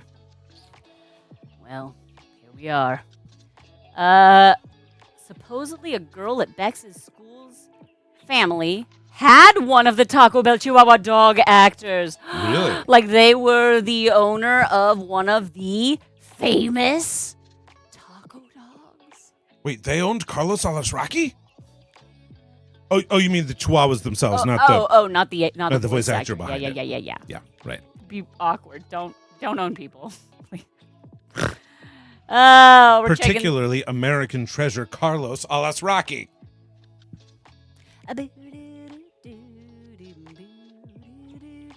Some people gave babies beer. Look, we were doing a lot of dumb things in the past, and here's a little hint. We're probably doing some dumb things now. The only reason they were giving babies beer back then was because hard alcohol would have been irresponsible. Thank you. That baby had to drive. Right? So it's like just have a bread soda, kid. Not just the 70s and 80s. Oh, dang! Yeah. Oh, well, not just. Okay, Yeah. it was a thing before that. Yeah. That You makes might be- sense, Supperose. It wasn't just like might be right about hey, that. you know what we should try? It was probably just Two before crazy we knew it was decades. bad. Yeah, look, we're going to mean, find out. Those are the unleaded gas decades, so... All right. No, we're definitely going to find out in like the 2060s. Yeah. That like the things that we're doing to our children and babies now, are like, can you believe that they that the disposable diapers contained this thing that Right. now we know is a bad thing? And it's like, we can only do our best, and if our best is feeding babies beer, then we can do better. Are we giving babies beer? Yeah, great man. Oh, Look, I got some beers. All we need are the babies. Let's do this. Cerveza Cristal. Yes. It's true, Severos. I mean, the kids are basically drunk adults, right? That's what I always tell grown-ups. They really are, and as soon as you start thinking that, man. it's very funny. It's so obvious. Oh man, this yeah. baby is drunk. Well, I that think is what it is so fun Is to perhaps say. alcohol inhibits those more adult functions. Huh. So I tell when people are like, "Oh, you do this at like corporate parties?" I'm like, "Yeah, drunk adults are basically just kids." So, and they're like, "Oh man, do they ask for the wildest things?" I'm like, they basically ask for what kids ask for, just like a little more specific. People tend to be cool with me. Silly Marmaduke. He thinks he's people. Where's he going with those shoes? He's not people. You are not leaving this house. So many people don't get that, and that's fine. Because you know what? I Actually, know what that is, and I don't nobody get gets it. Bex, you think the thing is going to be screen screen time or just time. social media? A jabillion %. Nights with the Fox. Hold on. Yeah. Yes. It might be social media. It will. It'll probably be. I have a fear. I'm worried about the Cocomelon generation. Sure. Because when we were kids in like the 80s and 90s, there was like PBS. You know, you had Mr. Rogers and Sesame Street. And if that was the most basic, and maybe at some point you grew out of it and you're like, this is so lame for babies. But at least you got that basic foundation of like content, and we didn't call it that then, content created by people who truly believed in the mission. Because let me tell you, you don't work for like PBS if you're in it for the money, right? So people who were truly invested in providing free. People glaze over that a lot, but in the 70s, and the 60s, Mr. Rogers show very like radically pro-integration, radically showing, you know, diversity and inclusiveness. Mr. Rogers was doing all of the stuff that at the time was incredibly radical, that was so good and popular that it just became normal, that we stopped seeing it as radical, that now if you were to try to do it, you're back to being radical again, baby. And then, of course, Sesame Street, which was very much consciously staged in a like city street environment, where it's like, yes, this is a city, this is an urban environment. Like Mr. Rogers, a little more suburban. And both of these things were made for kids whose parents could not afford early childcare or early, you know, preschool education, but they have to work 2 jobs so their kids are at home and they turn on the television because that is what we had to do to move forward. And they had someone who was able to communicate good messages, and now who gets put on in those moments where you have to distract them, and it is something that isn't, it's something that's created by a team whose goal is not to enrich the lives of young humans, but rather to make as much money as possible. Which is a very motivating, I am not poo-pooing the motivation of supporting one's family and having a good income, but there it is. Anyway, what are you gonna do? So Bex, I'll get back to that in a second, but first, net swaying with wind, basketball dripping with drool. Airbud wins again. There's nothing in the rule book that says you can't be a dog. So Bex, it's not that Coco Melon necessarily is bad. It's that the company that produces Coco Melon, Moonbug, is they're one of the first people that started using big data and applying it to children and children's entertainment, and, you know, really doing like dystopian sounding testing where like you have kids in rooms watching your stuff, and like, you know, when they like stop paying attention, you're like, oh, that's bad, we gotta like get them hooked in. Yeah, but it's basically free songs, like public domain songs, right, that they'll just or do public this, domain tunes or, that they like yeah, do their own simple lyrics to, and they'll be like, it's educational because we're teaching them the alphabet, but it's like you have, you know, 28 different videos of like the alphabet, and it's just because you're like, kids like to click on this, they like this visual, but it's not we should do better. But there's something like the number 2 watched 2 or 3 watched video on YouTube. You know, they're doing the thing. They're like the number 1 subscribed. They're doing the thing that everybody's doing on YouTube and you know, all kinds of platforms, which is they're creating content that is specifically designed to keep people watching that content. And yeah, the goal is not to enrich your children. Right. The goal is to get them to watch as long as possible and to most likely click on the next video. When you're Mr. Rogers and you have one of the few slots that is available, let's go St. for Fred, children's programming, you have a duty to make that slot good for the children. And if you don't, then you're going to lose that slot to someone who will. And you have a duty to appear to not just children, but also like PBS is publicly funded. So to Congress, and if you haven't seen Mr. Rogers addressing Congress, you should. But that's like a Mr. Smith Goes to Washington, but it's like a nice, like, it's like a tiny, succinct, and it's real. Just yes, yeah. It's gorgeous. But there's, sorry, I got diverted. We do. So you have more safety to be slow. in a setting like that. You have more safety to do things that are not constantly keeping the person there because you're not going to go anywhere else. Where are you going to go? Where are you going to go from Mr. Rogers at the time? But now, if the YouTube property is not hooking a person for 15 or 30 seconds, that's the time when they're going to switch off to something else.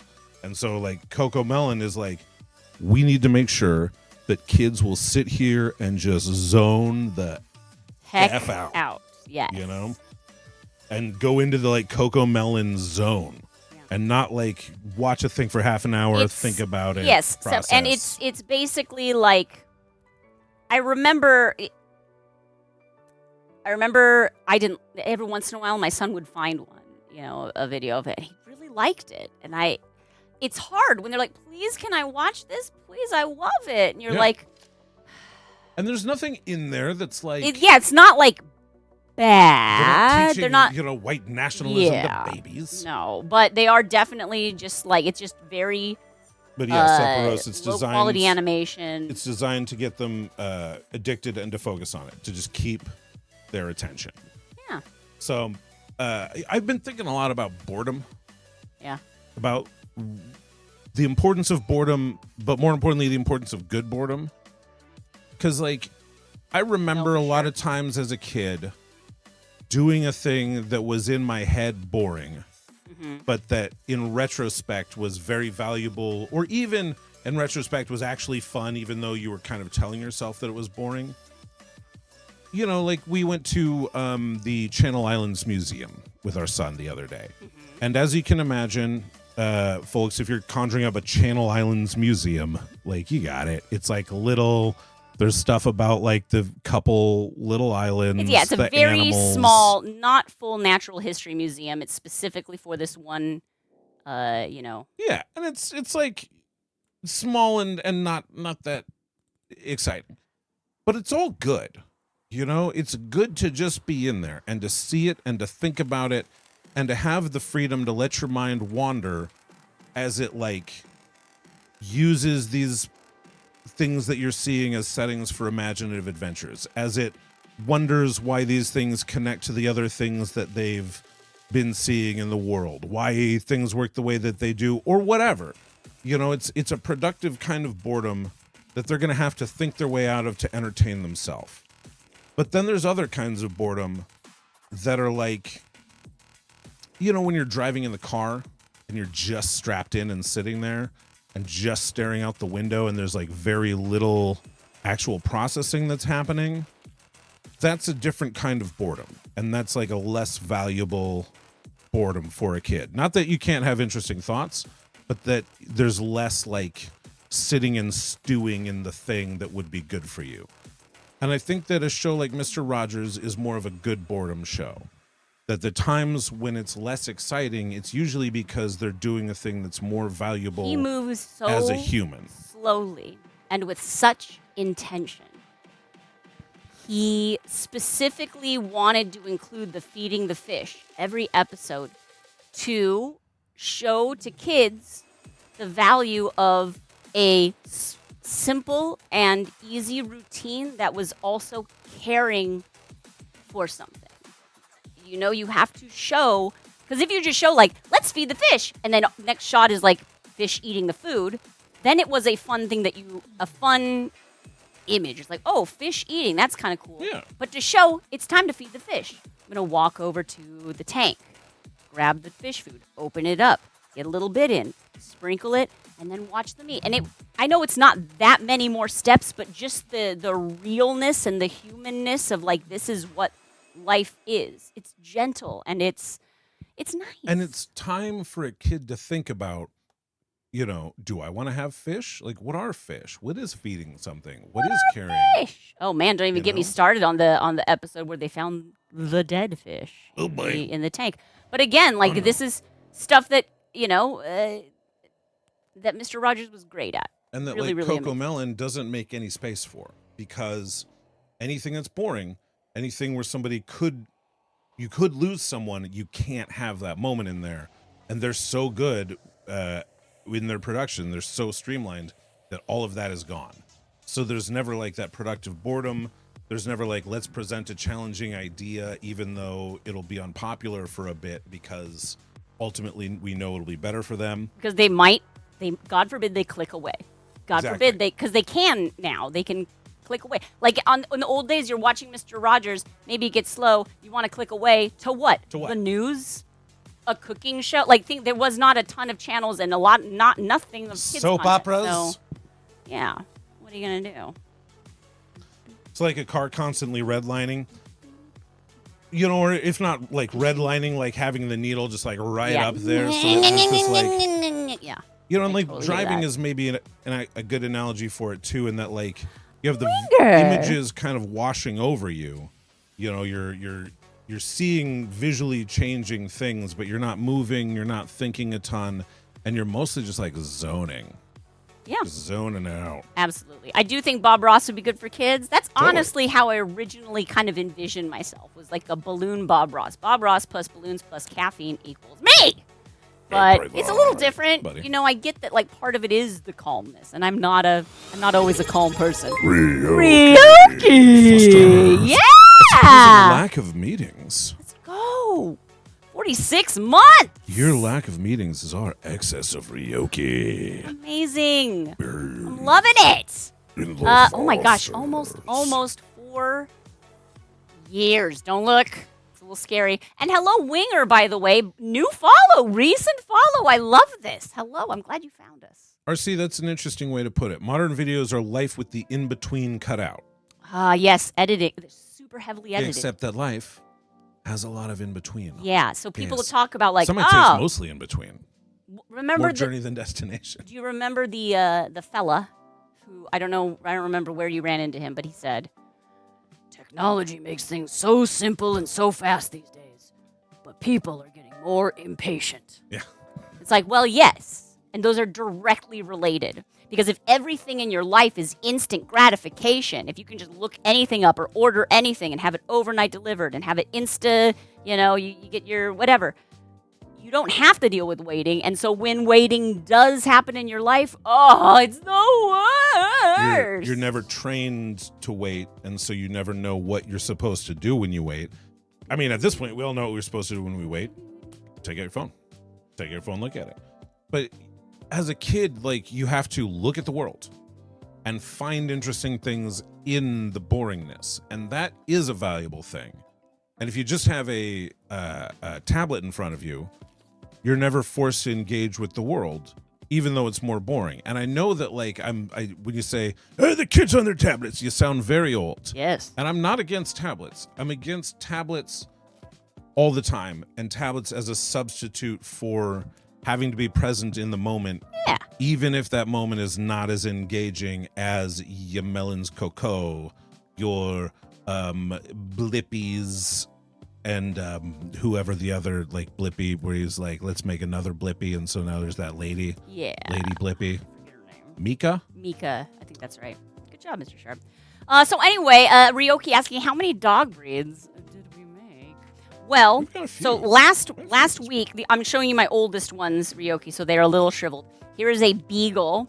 This is, our first attempt at making a specific dog breed, and then I went with one that has similar coloring but very different construction, which is a basset hound. Again, this guy is a little extra shriveled, like his hind legs have gone, and his ears are no longer the exact right shape. But this was our basset. Then we did a Chihuahua, who again his front legs have deflated. This is the front legs, but we made the Chihuahua, and then what I showed off at the beginning of this stream. Oh, and then of course, how could I forget the Chinese Crested, who is aging like a fine milk. I do love this. Yes, it's so good. You need to see them at full power. Full power! I mean, that is the ideal thing about video content for balloon medium, right? Make it last longer. Why don't you take a picture, as the saying goes? This is my collie. This is more of like, I know, I popped his eye accidentally on purpose. This is, again, more of a, I'm trying to get the like big fur in the front look, which is a little tricky to do. but I'm gonna make him in a larger scale. But this is a collie. Then of course we have our blue heeler, also lost an eye. It's an issue. But this is obviously I didn't do the gray or the blue for detailing on all of the gray, but I will eventually. That is the plan here. Blue heeler and this my Frenchie, little French bulldog. Oh my goodness, he's so cutie. I will have to make sure that the 160 color matches the 350 and 260 color, but I can do that. And last but not least, I remade my Chihuahua with the new head and body construction in green because it was like just testing it out. But I do like how he came together. It's an applehead Chihuahua, not a deer head Chihuahua. So different. But there we have it. Good question, K-pop. Favorite book doggo? Oberon. No. I think that is a haiku, actually. Oh, favorite book doggo? Oberon, talking wolfhound. TV dog, Betty. Oh, I get it. Okay, favorite book doggo is Oberon, the talking wolfhound. Yes. Favorite TV dog doggo is Betty. So Who's what? Betty? Yeah, what's Oberon and what are Oberon and Betty from? I would love to see. So I think my favorite book dog would be Charlie from Travels with Charlie, Steinbeck book. Man, I read that book and I wanted a Charlie so bad. And we got kittens, which was great, but Kittens are nice. I love kittens. But kittens are That's my sample. a baby kitten is in a lot of ways the opposite of an old dog. Yes. Still great, still lovely animals, but yeah. Oh man, I wanted a Charlie so bad after that. Will Trent, is that what Betty the dog's from? I haven't seen it. I've not Will seen Trent. Yes. I've not seen it either. It's Nikki, It might thank be you. I'm fun. glad It's a you mystery. like the sculptures, and yes, he does need the special wheels. We've actually made a wheeled dog in the past year. the on clock Sharp- dog in Phantom Tollbooth. Yes. Yes, his name was Talk, right? Oh, perhaps Or his name he's a watchdog. he's a watchdog. Get it? Right. A watchdog. But yeah, he was Oberon is from the Iron Druid series. Iron Druid. Also, of course, King of the Fairies, husband of Titania. Mr. Sharp, did you ever do any Shakespeare in college? I did some Shakespeare in college. Did you do a Midsummer in college? Sure, I did a Midsummer Night's Which Dream in college. Midsummer Night's Dream role were you cast Well, in? actually, I in played college? Oberon, King of the Fairies. Really? Yeah. So you were the king of the. What was your costume? Well, it was a purple spandex jumpsuit, a la sort of like an Elvis Goes to Hawaii, but instead of white and gold, just purple and very tight with a deep V. So if anyone's inventing a time machine, Navel deep. so you basically wore Deep like V. the J-Lo kind of a neckline. Yes. That's Uh, actually what we called it at the time. Nice. The J extra low. Who wore it better? I don't know. Mr. Oh, Sharp? Fry's dog in Futurama. J-Lo. Shit, it's here. Of course, he was Oberon. Of course, he was Oberon. If it saves me at all, I was in Midsummer Night's Dream twice before that, and both times I was the lion, one of the movables, as they're called, the townspeople who are putting on the little the play Pyramus within a and play, Bisbee play within a play, which is I mean, it's super funny. It's comic relief. It's let me be the lion too. We in one of the productions we toured just the movables part of it. Or I mean, Shirioki. Have fun.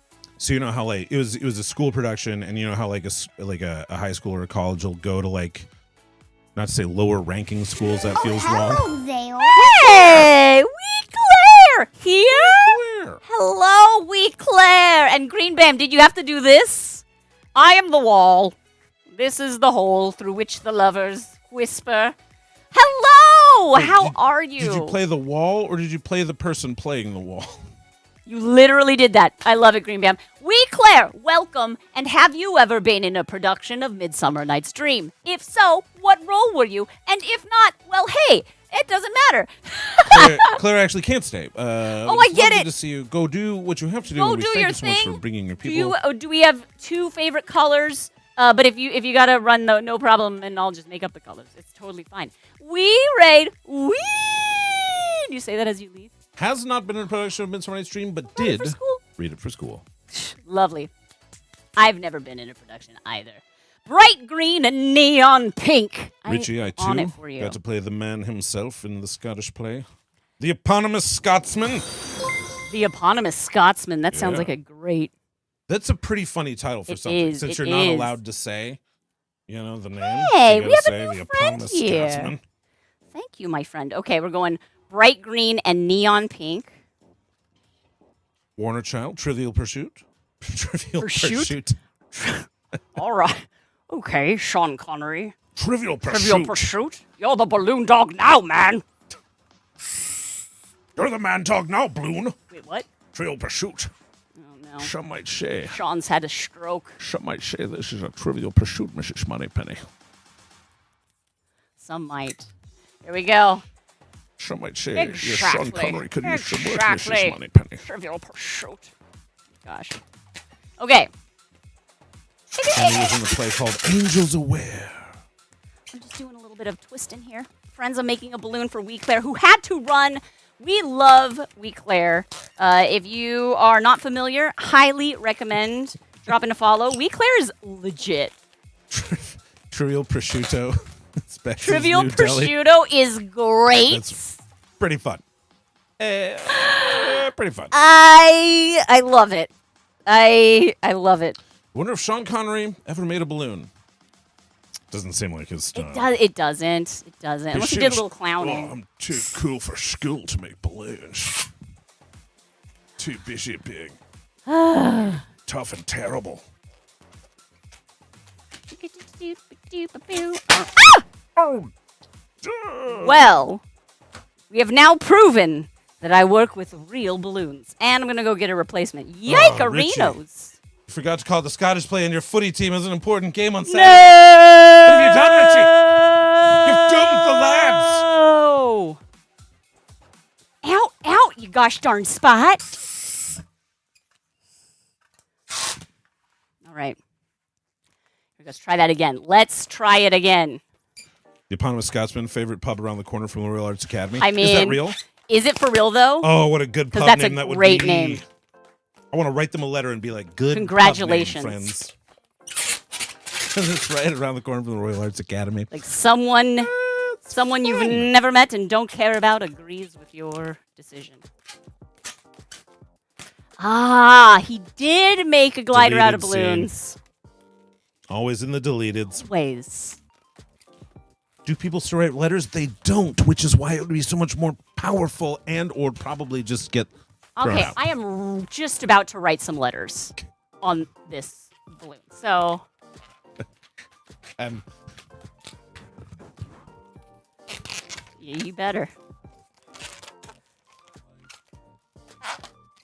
Twist, twist, twist. Okay, Pop, it's not real. Oh, man. Oh man, that would be great. Yeah, though. man, I was like, that's great. Now it's a good thing. I was like, nailed it. Now someone has Well to done. do it. Otherwise, ugh. Anyway, do drop a follow to Wee Claire here. She is a presenter and interviewer at major fan events, sci-fi and pop culture events. She's like a professional fun lady. Yeah, like if you're like, who's gonna be a fun, funny, engaging, and also not be intimidated by the level of stardom of the people that she's interacting with. Also familiar with like the culture, hello so it's there. not like, oh, I heard it was a video game. You know what I mean? Nut. Hey, let's go, Popo. Popo, is it? Is it Popo Nut? Hey, Popo. I've got Pop on the mind. You know, I'm Got you, just I see you. see Pop. P-O-P, I see Pop. Hey, Popo Nut. Sauerkrautman is raiding in. Hello, Drac. How you doing? Good to see you, my friends. Perfect timing. How are you? Hi, Yeptar. I love it. I've made Reptar out of balloons. Perhaps you'd like. Ooh, a nostril for me? You You are too kind. Popo Nut! What were you streaming today? How's it going? Thank you. Welcome. Okay, we're gonna write We Claire here and Popo Nut on the raid lightsaber. Welcome, new friends. Oh, good day. Popo Nut just missed the pop. I know. If you really want to, I'll pop another balloon just for you. Not this one. You're just gonna pop balloons? Well, dang. You know, I'm brutal. I just popped the eye of another sculpture, so you know me. Oh no, she's been wild. smelling a gift for you emote. She might have stepped in something. Oh, ugh. Yes, a gift for you can be literal or sarcastic, depending on how you choose to interpret that. It's true. Popo Nut and We Claire here. Thank you for these raids. It's so nice that people want to, like, you know, share this interesting, weird channel with their communities. I've got you both written on the raid lightsaber, and I know what you're thinking. You're thinking, lady, that doesn't look like a lightsaber. And you're right, it doesn't look like a lightsaber, but it does sound like one. Oh, barely. Hang on. Oh, this is a quiet one. Dang, these people are going to think you don't know how to make a raid saber. I know. It's like weird that she does this thing. How is she made such a big deal out of it? She can't even do it. No fair. Okay, let's try this again. I think it's because I underinflated this one because I was nervous because the last one popped. Because it has to be nice and full to make the noise. Okay, that's a little better. There we go. Anyway, sure, that wasn't a fail. It's all good. Hey! Woom, woom. You get it. You get it, Popo. So did we get shout-outs for We Claire and Popo? Do you mind if we get some of those? I'd love to see what you were streaming and what you were up to. How was your stream? And welcome. If you're new here and you're like, it's very loud in here. Where am I? Hi! My name is Shana.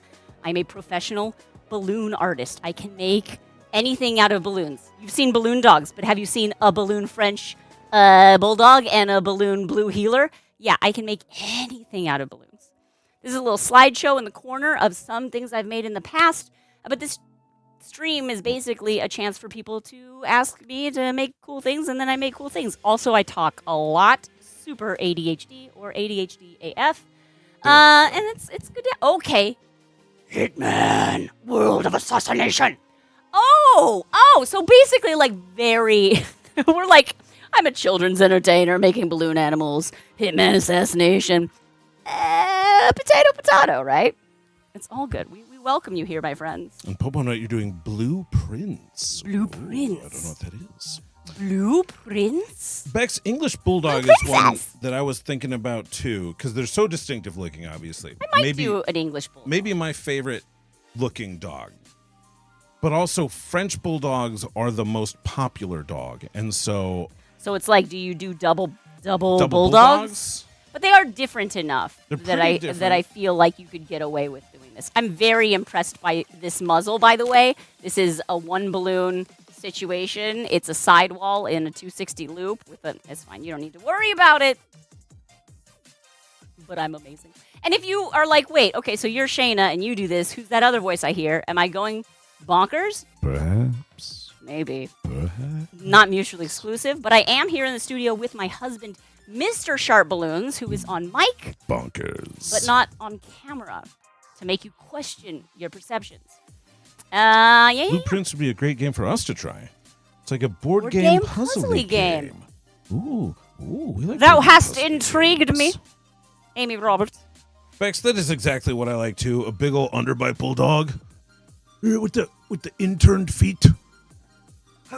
And just like This is how we Mr. Sharp's mother used to have a cat that walked like a bulldog. She'd make little grouchy noises. Very funny for a cat. With extreme wrinkles, Bex, I know. Well, the thing about extreme wrinkles is sometimes they're very great to make with balloons because each balloon is itself folds, a cylindrical fold of dog face. So I'm 100% on board with English Bulldogs, other than the double dog. The double. Dare I you? think here's the thing. Situation. I have to cut it off Voice somewhere. of Like the I can't do dogs. like all of the dogs. But I can start with a list of like 10 or so, film them all, and maybe split it into 2 videos or something, So like, We can also go through it one at a time and then do the super cut at the end, where you just put them all together. that's probably a good idea, actually. But filming with that in mind. Right, exactly. Yeah. French Bulldog is closer to a pug than an English Bulldog. It's possible. Like, yeah, which is also why I haven't put pug on my list. I love pugs, and I've made a pug before. Mr. Sharp, I'm going to take a quick step away from the screen, but you are on mic. Fantastic. You can chat with our good friends. So we can play Oldly Wed Game. If you have any questions you'd like to ask about Shana, I will answer them when she returns. We will see how correctly I did it. Otherwise, I'll just say we've learned a lot about dog lineages, genetics recently. For those that weren't here for the Chihuahua discussion, Chihuahuas actually have some of the most historical lineage of any dog breed out there.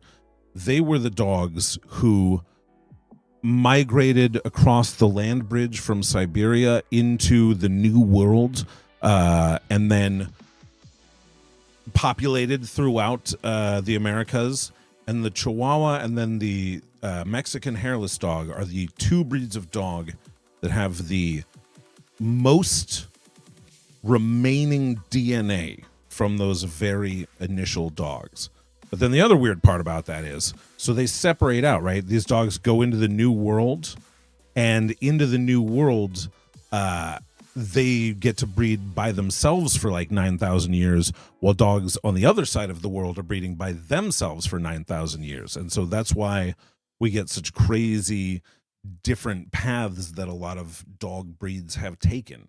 And then, to further complicate things, after the New World is discovered, then all the dogs come back together and they start intermingling yet again.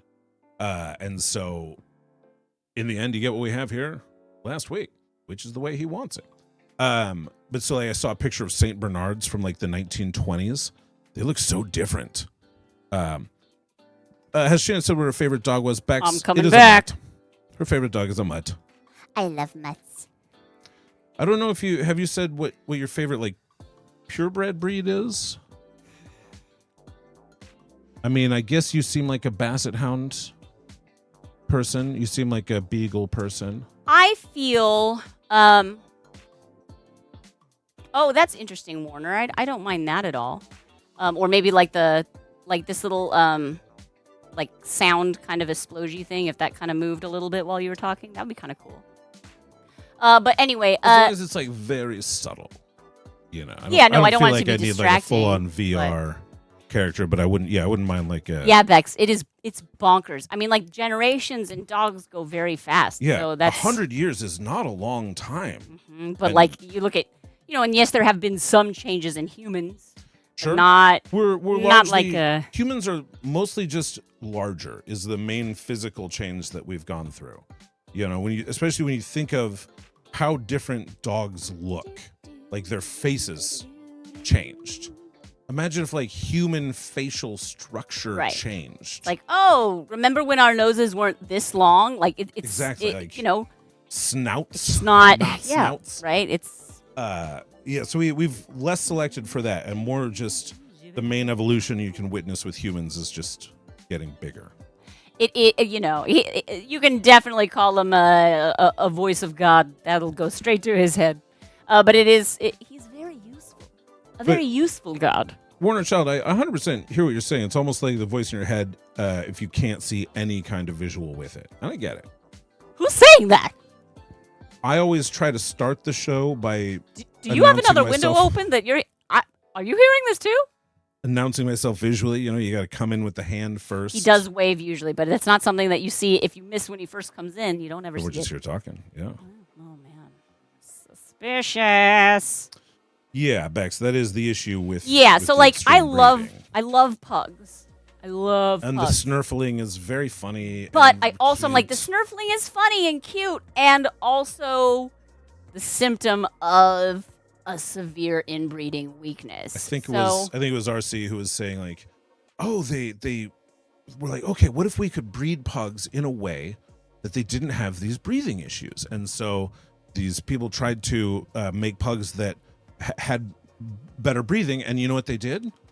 They came out with dogs with longer faces, Yes. like normal dogs. Look, I mean, I they think- didn't look like pugs; they looked like normal You know, what's dogs. interesting is to see the rise in the popularity of double breed dogs like puggles and labradoodles and golden doodles and all that, where it's like they have the clout that was previously reserved for just purebreds, and I think now people are kind of starting to see that, like, oh, it can still be cute. But also, I'm very much a mutt fan. There are too many dogs in the world. Like, let's do it. Super CHP.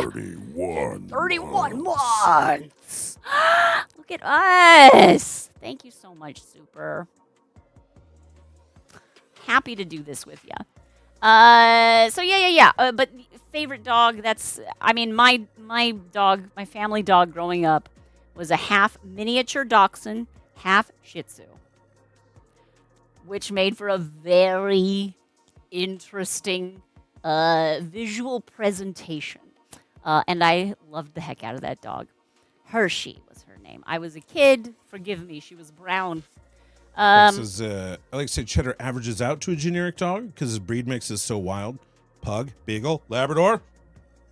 I think that's fine. That's beautiful. Gorgeous. Averages out to the platonic ideal of dog. Yes.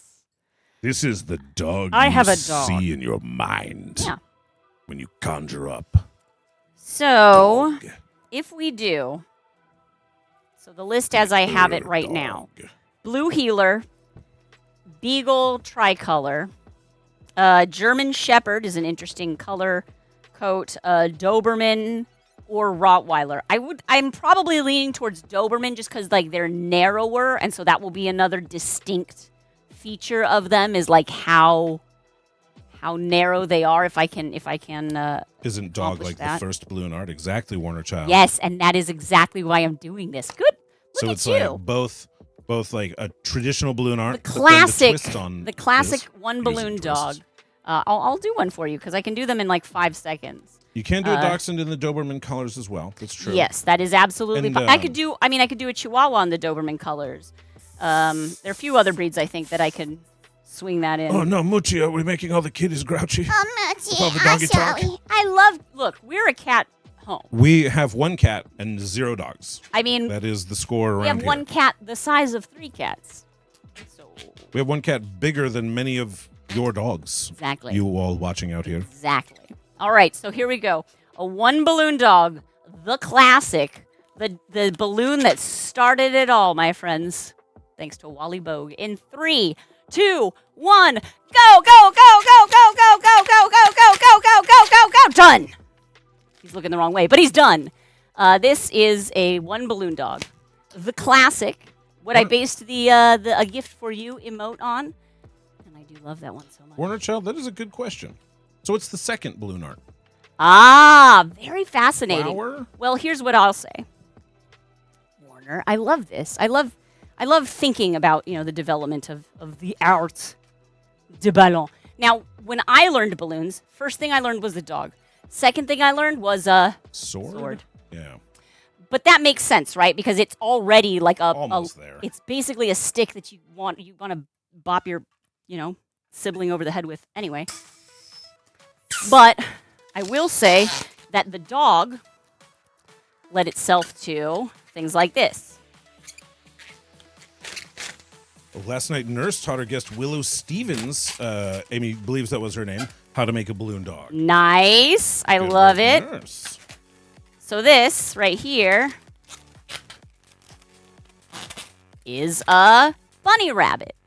But if you look, it's the exact same sculpture as the dog. It's just the proportions are different, right? So a lot of times when you're first learning balloons, you learn the dog, and then you learn 4 or 5 variations. giraffe. Yeah. Giraffe is a dog with a long neck. A horse is a dog with a pretty long neck and long legs and a good sized face with small ears. Giraffe, you can put ossicones if you're feeling fancy.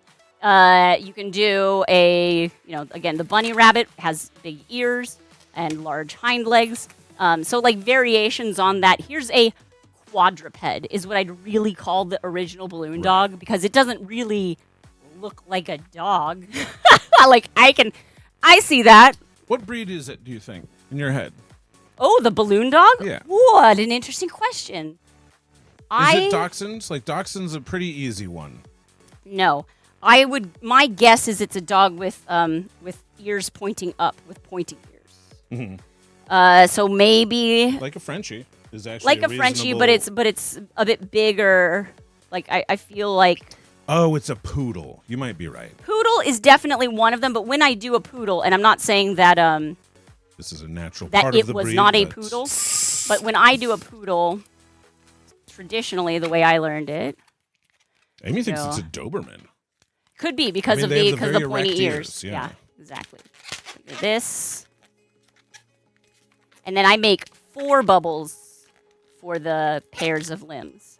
So you've got that, and then you've got these little feet down there, which that's what really kind of makes it poodly, in my humble opinion. Also, I'm not known to be humble about anything. And also, I did a bad job of inflating the right amount of air in here. So with a poodle, what you always want to do is leave just enough space so that you can give that little poodle tail. But that's what really makes it a poodle. But this is how I learned, or was taught to make a poodle. I didn't learn balloons until like 2006, and balloon art has been out there in the world since the 1950s. So there you go.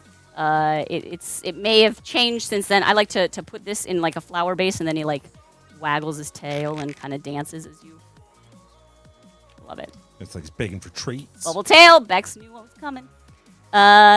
Flowers came after this. Absolutely. I would say that the flower, because the flower is as many twists as petals that you're doing. The sword, very simple. This is the sword that a lot of people learn.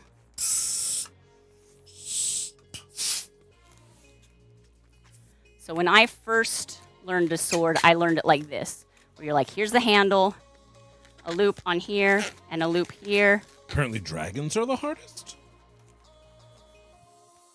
I mean, I don't know where you're looking, Warner Child. If that's an AI answer, that feels like an AI answer. Because it's like one of those... Warner is looking at ChatGPT. Yeah, that's a completely subjective thing, Right, right? there's like no Because such I can thing make as a hardest. one-balloon dragon, or I can make a dragon samurai. Hang on.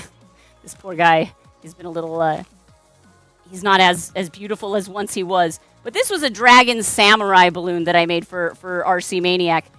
As you can see, this one was pretty complicated. He looked much nicer when he was brand new and not yet, a week old. But yeah, look, you can make anything as complex or as simple as you choose to make it. It's art, baby. But this was how I first learned to make a sword, but this is not a good sword. And let me tell you why. You've got a juncture right in here. A juncture is the word I use for when the balloons come together.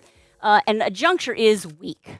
A juncture, by design, right? A juncture is flexible by design. But you don't want your sword to be flexible, because if you want that satisfying bonk. Look, we're going for sibling fights here. Sibling clown fights. You don't want your sword to just, That one you bend can't right even at the swing handle. right. If you Yeah, swing it hard, if you swing, it bends back, Yeah. Yeah, it's not as fun. So, the way that I learned to make balloon swords later, and I have a larger one too. Obviously, I have my Raid lightsaber, which is very fun. But, so the way that I make balloon swords now, if I'm doing the very simple sword, one bubble there, a loop here. So yeah, I do still have a juncture, but take the tip of the balloon and put it through that loop, pull that almost all the way through. Not all the way through, because now you have a handle.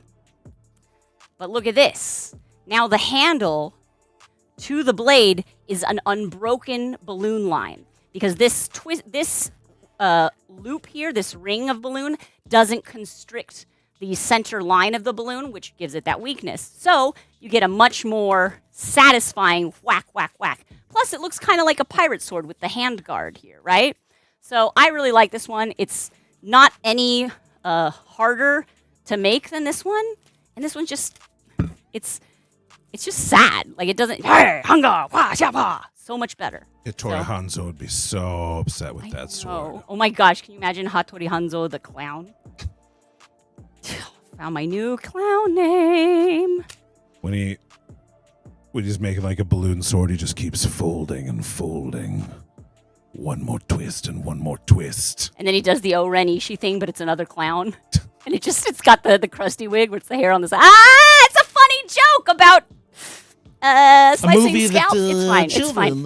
Fine. It's a kid's movie. The balloon farted.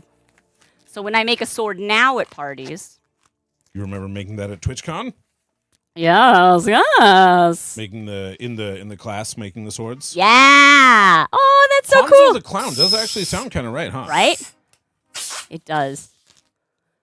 I love it. Bonzo.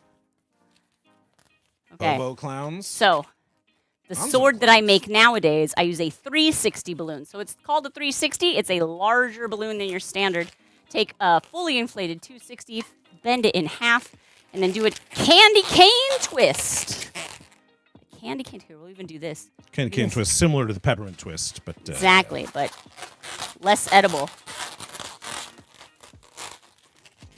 This was not very evenly done, Shana. Good job. All right, and then now we have like basically a needle, right? With an eye of the needle right here. You thread the large balloon through that just a bit. Twist off a bubble there. Connect that bubble to these two bubbles. And now, still on the same concept as that pirate sword where we have that unbroken line from the handle to the actual blade. So this is a very satisfying bonk. Listen to this. Oh, shoot. That's great. Who doesn't want to, just really wail on your kid sister or whatever.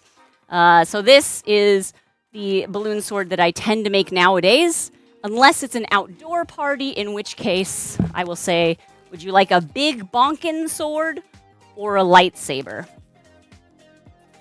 And if they want the lightsaber, then it makes noises. But I don't give the lightsabers at indoor parties because let me tell you, if you make one of those, you're probably making at least 5 more, and a echoey event hall with no carpet and 5 balloon lightsabers going nutso is... You're not going to get a tip at the end of the party. I'll just say that. Personally, I think we should embrace the chaos. Sephiroth, you get it. Yeah, no, it is. Look, if you ask the kid, it absolutely is worth all the noise. But again, at an outdoor party, you can make a ton of those because A, they go pretty fast. So if they pop, it's not a problem to remake one. And outdoors, the noise isn't so echoey where the sound waves are bouncing off of all of the surfaces. And anytime you make swords for kids, swords have the shortest lifetime of any balloon sculpture you hand to a child. Perhaps obviously, but when you hand a child a dog, they might be rough with it, but they're not going to use it to attack somebody probably. Right. The sword, they're going to start beating each other and They'd running be away. using it wrong if they didn't. Yeah, they're taking into the bounce house. It's it's not coming out of that. So. You engage in combat. You're rolling around on the ground, which is made up of grass. Grass is the #2 natural predator of balloon animals, second only to children themselves. Children themselves. Right. Yes, thank you, Mr. Sharp. An amazing amount of noise at TwitchCon. Thank you. I'm quite proud of that. I was a little nervous because, TwitchCon is an indoor echoey space. But also, the ceiling is so huge, and there are so many people and so many noises that it tended to be audible but not overpowering. And at least that was my impression of the noise at TwitchCon. One balloon enters the bounce house, no balloons leave. Yes, it's basically like Balloon Thunderdome. Yeah. Anyway, that's that. What Chubby Checker was thinking about? Yes. Let's twist again, like I do every summer. What? Yeah. What are we at 12:30? All right, cool. What you thinking, babe? I have Blue Heeler, Tricolor Beagle, German Shepherd, Doberman, Golden Dalmatian, and Husky. Now, none of those are the ones, except for the Beagle, that I've made before. So I'm going to say Another one Frenchie. that's occurred to me that you can throw in there if you want would be like a Greyhound or a Whippet. Since they're so visually distinct. I'll write that down. I'll try Greyhound / Whippet, because I wouldn't make both. Yeah, exactly. Into shape. Shape it up. They're both not probably the most popular breeds these days. Santa's Little Helper is fairly popular. Those ones also do the gray blue, or like a light gray and white. Is like a common greyhound. Yeah. So you can do I've seen it. different color. Bex, Saint Bernard. That was definitely. I haven't done one yet, but one thing we were thinking about was making for the end of the video one balloon dog that's the mask. You know what I mean? Like we made the Iggy mask, right? Where it's like a big old Iggy head that went over my head. So if we did that with a Saint Bernard head and gave me paws, and gave me a barrel, a little barrel underneath my my chin. You tell me that's not cute. You tell me that's not perfect. Pyrenees, I think Pyrenees are wonderful. I had a friend in high school who had a Pyrenees, but they are just white.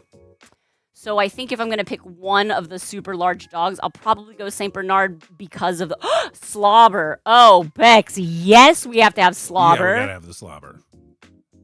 Oh, how did I not even... Oh, Bex.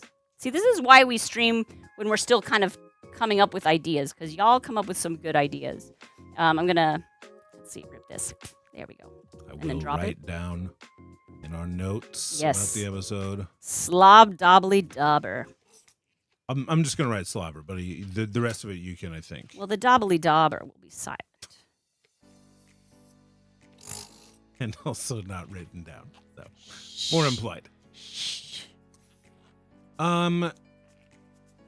Is it are Whippets and Borzois the same? No. They are somewhat similar. Borzois are they're interesting. They're almost more like an Afghan, I think.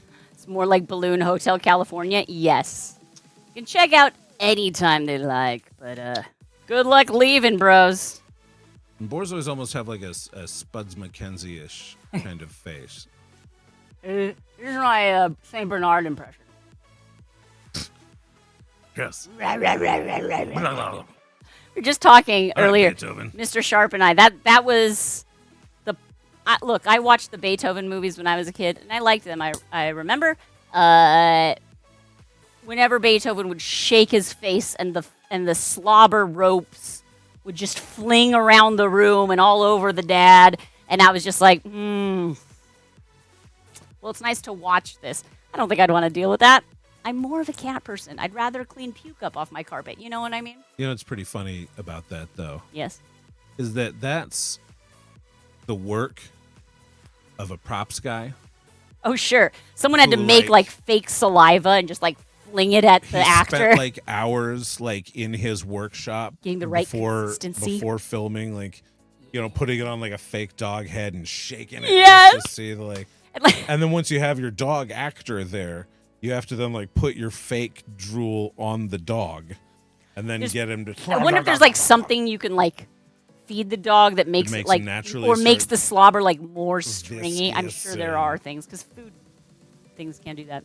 I know, Chad. But that what? was somebody's job. Look at them all. What cute is. So he got paid for that.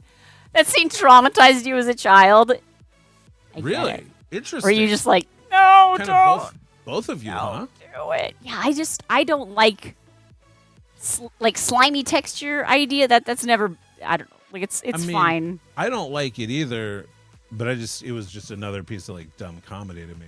It wasn't like shaping my future thoughts and feelings about the slobberiness of dogs. Oh, well, there you have it. I appreciate you guys. Aw, Chad. Yeah, no, look, I love that we've been going here on Twitch long enough. We're over 4 years for streaming, and we're almost at our partnerversary, which I believe is, oh shoot, coming up so soon. I think it's in May. I think it's early May. Is it May 8th? Didn't we have like a great idea for that? We had plenty of time to do that great idea for well, this. What a great idea. Whatever it was, and we haven't Maybe done it was Fantastic. June. I could be wrong. You can tell how much I care about this sort of thing, or have a good memory for this. Oh shoot, what were we talking about? The jowliest dog makes a good mask. Indeed. Chad, yes. Oh, I'm glad we've been doing it long enough that we can have people who can come in and say, it's been so long. Right. Like, I feel like when people come in and say, it's been a long time since I've been able to catch a stream, it's almost coming with an apology. But really, that's just heartwarming for me. It's like, I've been doing this long enough that people can come check back in and we're You've still had doing time it. And to find us, yeah. hang out for a while, go do other stuff, come back. What is the traditional gift for the 4th partnerversary? Is it a calzone? I think it's bits. Might be bits. It might. Oh, I think we're maybe thinking about doing a fundraiser for a legenda. That might have been. That was probably what it was. Because my balloon pump, and it's actually been like better, but it started to kind of malfunction to where it doesn't always work. Although now that I'm saying that, oh, there we go. Oh, Chad, Automod hit you because there's a. Is there a probably period? Yeah, it thinks you're doing a link. Sorry. Yeah. Sorry about that. You need a space between the found and the U. But yeah, that's just Automod. You're fine. You're not doing anything. Yeah, we're not mad at you. It's all good. Yeah. Okay. Automod's a little sensitive. Let me think about this. Oh, fruit and of flowers. Interesting.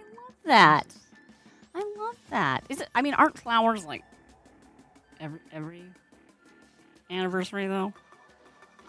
I could be wrong. I'm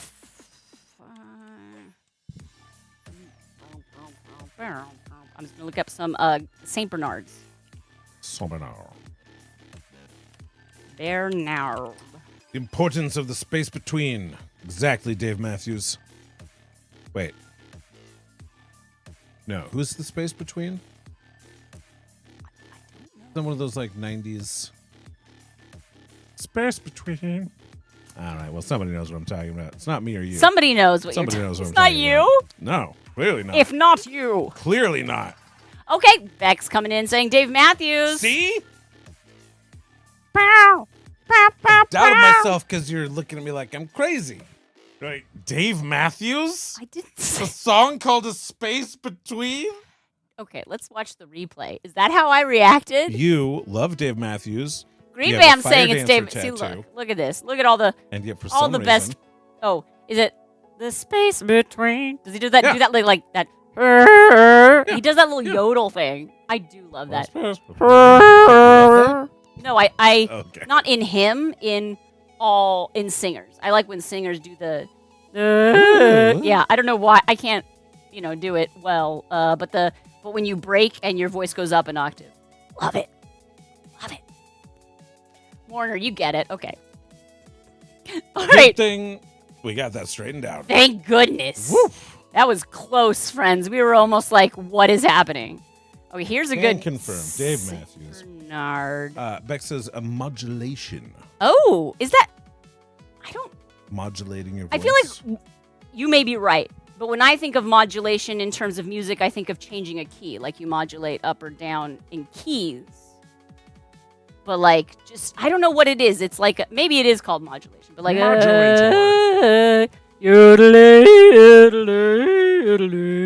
I can't do it. That's why I'm not streaming in music. You need a three. Well, then. Yodel lady. Okay. It is extremely possible that Bex is wrong. I mean, that's like I want a shirt that says that. It is extremely possible that I'm wrong. Hopping a full octave like that would be a yodel, and there are a few different types of yodel. So there's not a name for yodel is a sort of subclass of just voice change stuff. Stuff you can do. Oh, puberty. With your voice. I get you. My when voice it's isn't time to breaking, I'm change, you yodeling. got to rearrange. Do you remember that? What's that from? Obviously, the Brady Bunch episode where Greg's voice was changing and they were booked for a live singing engagement. Oh man, can you imagine? Awkward. I don't think I've ever watched the Brady Bunch. Really? I mean, like, it's probably been on at a place that I've been. Warner Child, do stay tuned for our next stream, which will be Yodel Talk with SharpBalloons. Ladies and gentlemen, welcome to Yodel Talk. Oh, Peter's voice. Thank you. Greg was the oldest. Greg, Oh, Peter, yeah, Bobby. no, I did see that episode. Because he has me for a moment there. He's like, oh, yeah. And I'm like, ah. And then I'm like, no, he's being a jerk. He's being a jerk, though. Yeah. Chad, we're doing No, I great. haven't seen We're having any fun. Brady Bunch. Clearly, we're having fun. Vocal break in yodeling is primarily known as passaggio, or Ooh, voice break. I like it. Referring to the transition between different vocal registers. Yes. Specifically in yodeling, it's the rapid and controlled shift between the lower chest voice and the higher head voice, Oh. or falsetto. The transition can produce a distinctive crack or break in the Nice. sound. Thank you, Adrian. Very good. Yo, Adrian. Thank you. The total yodel? Total Yodel. How is that? Tell me that's someone, like, I shouldn't be the one hosting that show, but tell me there's a show called The Total Yodel. Who's there, Sepulrose? I'm assuming this is a joke. All right, I'm looking up good Sainty Bees. That's not what they're called. Little Lady. Ooh. Little lady who. Yodelay, yodelay. Yodelay. Yeah. Oh, yeah, listen to me yodel.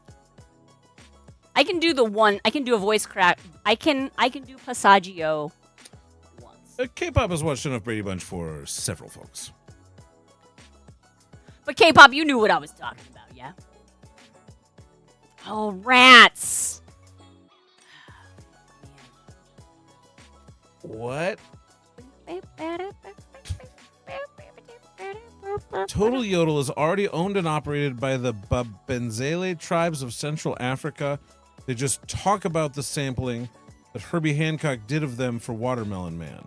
Is there yodeling in Watermelon Man? I Not the have version I've heard of. read that paragraph 3 times and I'm still figuring out exactly what's happening. Do you know? Okay. Many years ago, I used to do balloon shows for libraries for their summer reading programs with my partner at the time, performing partner, and we would. There was one bit where we would blow up a 3-foot balloon that looked like a watermelon, like it was all it was lime green with like dark green like swirls on it. It was the agate balloon for those of you who are familiar here. And he would be blowing it up, and I had a kazoo and a ukulele, and I played Watermelon Man. Just basically the melody was just, you know, and like just 2 chords or something. And he blew up this gigantic watermelon, and he played with it, and then he popped it, and there were a bunch of like red with black polka dot little balloons inside. It was great. In the rehearsals, every time I popped it, I went, "No, it was a mother!" Which is something you probably don't want to yell at the summer reading program library shows. Right. So you got to get that out in rehearsal. Right. So Pro tip. Green Bam is saying that in Watermelon Man, Herbie mimics Bob and Zele yodels for the intro. He does it with instruments, but it's straight copied from some old ethnomusicology recordings. I need to hear Yeah. that again, because I've never heard that. K-pop, fair, but also I find that it's not usually. I don't think it's ever a lie when it's to do with musical history minutia. It's he. But now that he knows that, he might mess with Exactly. us. Oh no! Or he might be jealously protective of the ethos that he's gathered in this one particular realm. Cerveza Cristal. Cerveza Cristal. Service up, yodeling, So it's like Hank Williams would be like, Cerveza.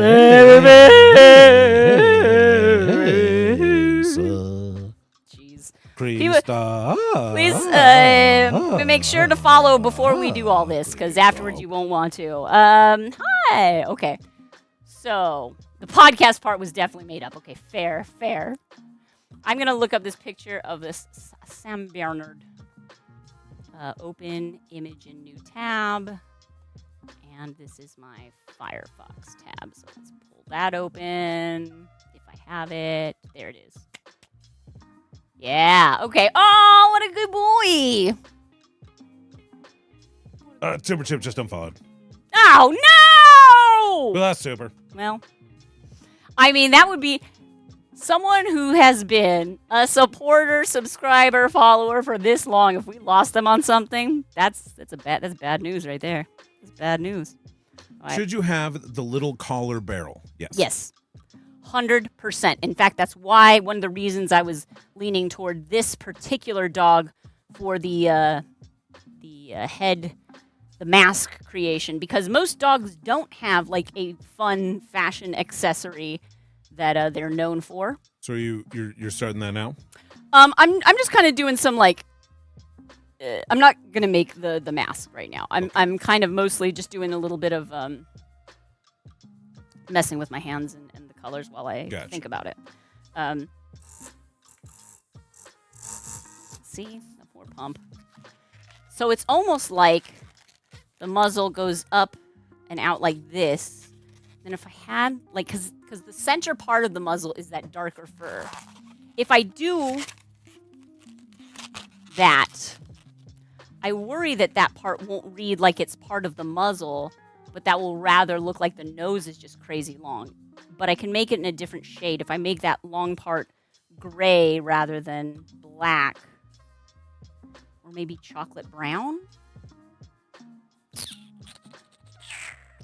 So many options. So many options. Here, we'll pull this one up. I have a chocolate brown one here. Ba-doo-doo. Ba-doo-boo-boo.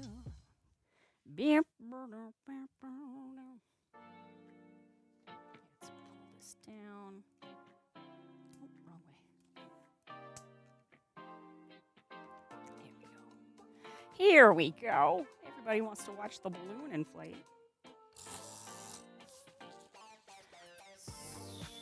Oh, yeah, super. I mean, yes. My ADHD makes me do all sorts of embarrassing things. That's black. Well, I'll use it for the nose or something. And I need... Are you chocolate? Black. Are... Child says, I didn't realize that yodels travel further than flat shouting. Is that why cowboys yodel? And mountaineers in Switzerland or whatever. Why do they travel? Is it because of the head voice? Is it the high note that travels better? Or is it that or is it the break? Is it the fact that you get that break from like octaves that like something about the sound wave? Or is it that you're getting both of them? Because if it's coming from a long distance, you're getting like high and low at the same time. Green Bam, I thank you.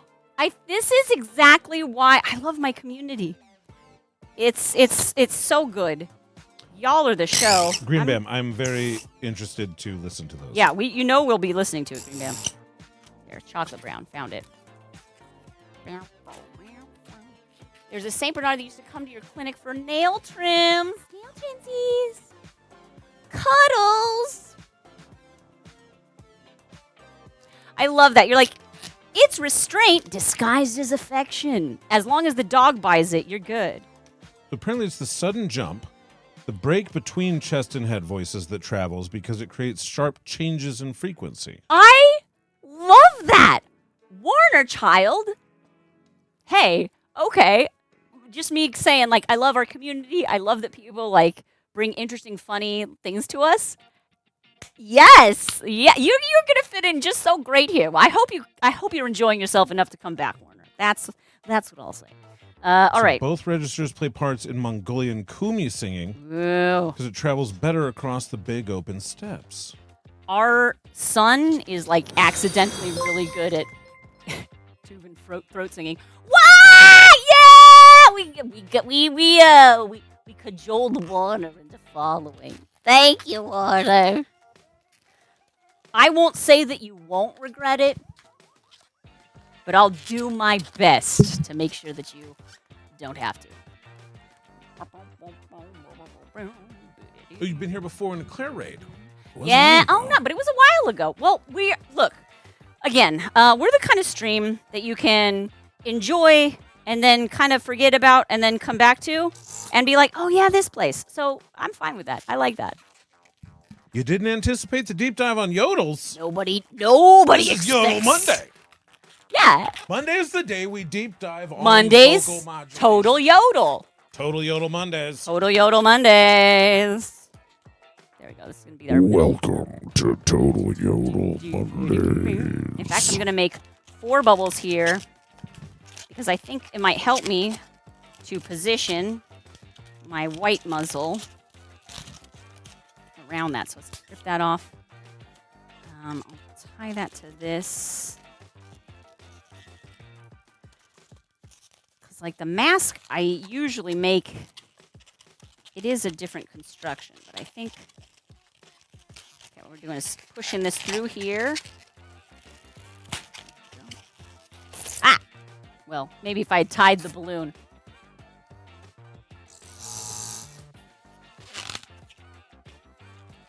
Tie it. That's always a really important step.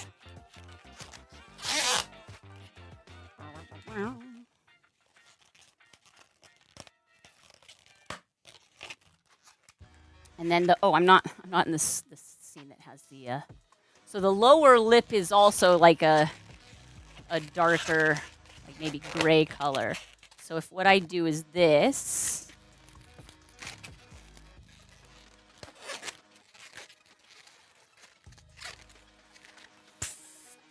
don't need that part. The balloons have gotten even sharper. Even sharper. Dang. Is that why they keep popping? I wish I had a darker gray. Oh, balloon companies. Why hast thou forsaken me? That one looks like droopy. Yeah. This looks very droopy. Oh, yeah. No, I See it? Yep. What kind of dog is droopy? Is he a basset? I mean, like, that kind of makes sense, but his coloring isn't bassety.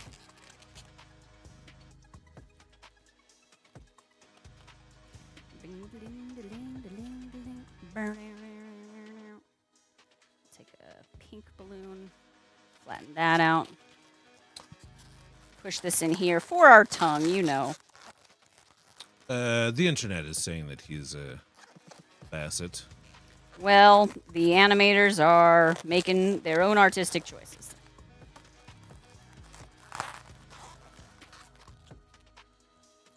Ah, look how cute it is! Okay. Now, this looks droopy because we don't have the gigantic St. Bernard head behind it. And obviously, I'd make this with different gauge balloons if this is going to be a wearable mask. So we'll have like a different kind of situation there. But I do like this because their snouts aren't super far out. They're not like a long snouted dog. So I just have to make sure that this connects to the head shape behind here. Maybe I want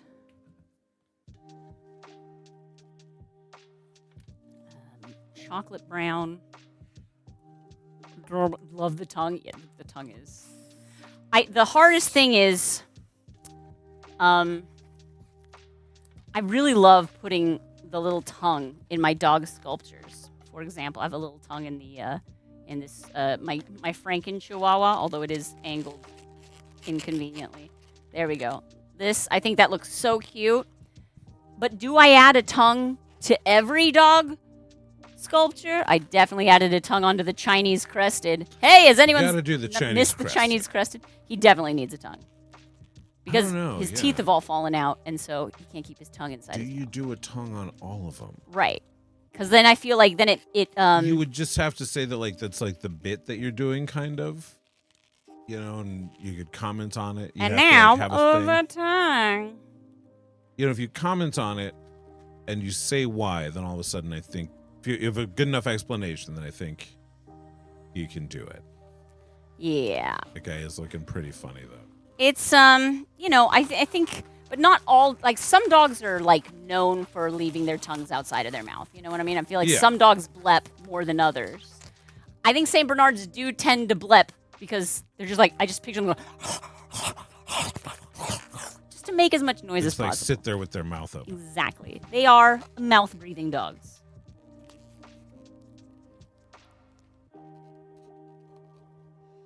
I just need this really rusty. Ooh, I might be able to use pumpkin spice here because he's a bigger dog. Because like pumpkin spice is a perfect color, but it doesn't have but it doesn't come in the different gauges. It's only the 260 balloon. So that's why I don't think, or not don't think of it, don't use it that often. Because I usually need more than just this. But, so what if I do?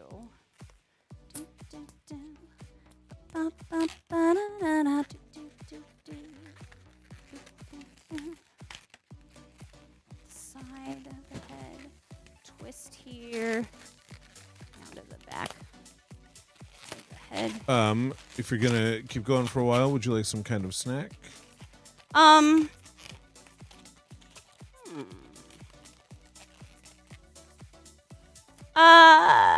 take a little snack, not like a full on. I probably won't go for too much longer anyway, Mr. Sharp. We've got a son to pick up from kindergarten pretty soon. So we're probably going to wrap it up soon, but it has been great hanging out with you all, and thank you for your support and ideas and fun facts and jokes. RC's coworker said they got a special bowl for their dogs so they can't drink as much. Not because they drink too much, but because 90% of the water doesn't make it beyond the mouth. So they'll drink water and walk around the house with water just pouring out of their mouth all over the... So they don't have a... So what you're saying is they have a dog with a drinking problem.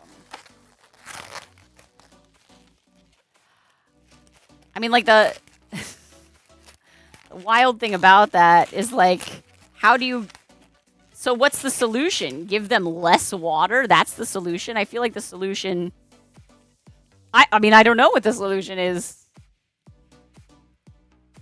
Teach the dog to swallow. Wow. I love that. David Baker holds the Guinness World Record for the largest modeling balloon sculpture created by a single person. A giant bat measuring 71 feet. Yeah. Look. Yeah, look. Congratulations to Mr. David Baker, whoever that is. I think it's cool when people want to set and or break records, but that's never been my major motivator. Also, it's so expensive to get in the Guinness book.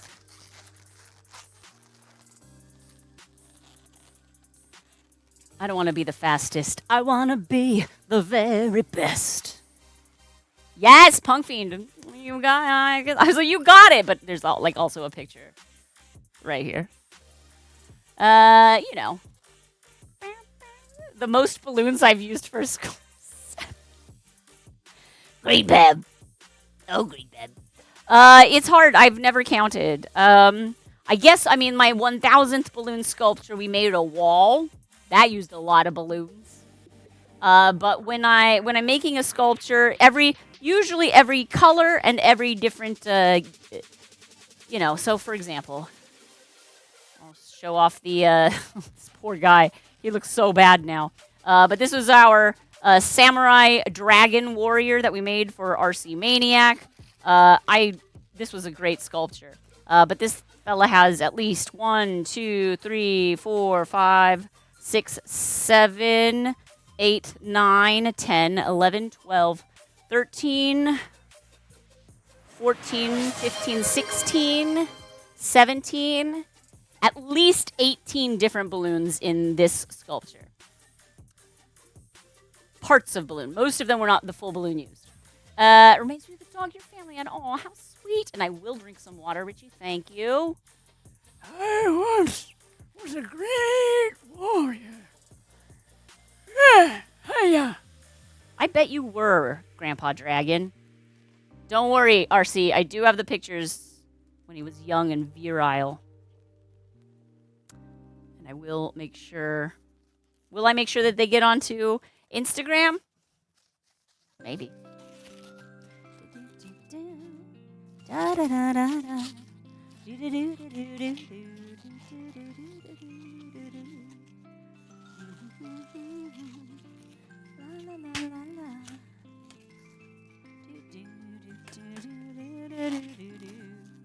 What's this? Fun Japanese treaties. Woo! What is this? I can't read katakana anymore. I used to. I can't.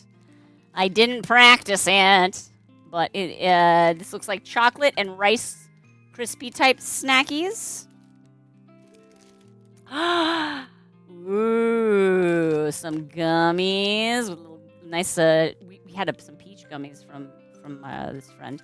This was these are gifts from our. This is matcha adzuki, which is matcha, green tea, and red bean. Ooh. But the brand name is, well, it's in Japanese, but Country Ma'am. Country Ma'am. M-A''A''am. Country Ma'am. I won't focus because it's a little too close. The writing's very small. Country Ma'am. Have a Country Ma'am. Sure. There's a few of them. I'll have a Country Ma'am as well. These are treats from a Japanese exchange student that my parents hosted at our house when I was 7, turning 8 years old. 1989. I did not expect that. Texturally, I was ready for something totally different. Yeah, it's like it's a cookie. It's like Yeah. a filled cookie. But I was not even like a ton of filling. Mm-hmm. Just like a little bit of filling Mm-hmm. for the flavor. They're good. They remind me. I mean, if you like matcha, yeah, these They are. remind me of like a soft, They're very matcha. a soft cookie brand that I've had before. I'm not a big soft cookie person. I know. So Sephiroth, I think Discord changed their thing where like links to Discord images expire after a week or something. So when we had that command, the link was evergreen. But now I just can't be bothered to hop in every week and update it. What kind of goodies do you send them? I don't know what we give. I gave them so You brought a balloon. Nisa's her name. Okay. Nisa, and she has 2 daughters that they didn't come over with her. They're adult daughters, but they stayed at home. But I gave her little balloon dog charm necklaces for her and her 2 daughters. So 3 of those. I feel like when you're giving someone a present for them to take back overseas, smaller is Small better. is good. Because they have to pack everything, you know what I mean? But like when you're bringing stuff from, like you're heading to someone, it's like, great, pack it big because then when you give it away, you'll have room in your case For all the stuff things you that want to you're buy. Going Yeah. to acquire. So I don't send them too many, yummy goodies, but I did give them a little present. Drink more Ovaltine, Sephiroth. I love it. There were a lot of balloons in it. How many balloons were in the Godzilla? Because that one was that was 6 46s and quick links. That was huge. I believe it pocked in at 11 feet when you were done. Yeah, I think it was like the request was that it be a 10-foot Godzilla, and so just to make sure, I made it a little over 10 feet. Is it possible to take a balloon sculpture in a plane? Yeah, absolutely. And people worry about that all the time. They're like, oh, I'm leaving. I'm like, well, take it with you. And they're like, well, I'm going on a plane. I'm like, it will live. The air pressure change is not so bad. Again, balloons are flexible, right? So they will stretch to accommodate. Yeah, so it's not like a disaster waiting to happen. It's not oh no, you're not gonna get have a terrible explosion noise and then be cornered by U.S. Marshals or whatever. I feel like if we get, I need bigger ears, because you can't just do a triangle when it's that size because the hollowness is too obvious. But in general, if I do big floofy ears here, and then the eyes, gotta do some sad little eyes. Yes. Bastards always have the saddest of eyes. Oh, these are Bernard's. Bernard. Oh, hello there. Oh, hello there, Mer and Frog. How you doing? My favorite amphibian and mythological creature raiders. Hello, how are you doing? Mer Raid, Frog Raid! How's it going? Hello, how was your stream? What were you up to today? Oh, Bernard, welcome. I'm making balloon dogs. Different specific breeds of balloon dogs. Right now, we're kind of working on a Played Saint way Bernard. too much Jigsaw. Jigsaw. Mr. Sharp and I tried to. We did a contest between Mr. Sharp and our son on who could put their puzzle together faster. I think we need to get our son a more complicated puzzle. Yeah, He's was just a little- doing a slightly easier. simpler 48. He was doing a 48-piece puzzle that takes up the floor, and I was doing a 140-piece jigsaw, which obviously is not a super difficult puzzle, but still. Right now, it's not did- I just love puzzles level competition style puzzle. I or was anything like that. halfway done sorting it out, and I looked up, and he was almost done. You're oh, okay. You're like, right. yeah. You're right. Look at your face. Aw, who's a good boy? You're a good boy. Yeah, okay. I kind of see what's happening here. I don't think I'm gonna continue this bad boy today because this is more of what am I gonna say? Not even a proof of concept, more just something for me to.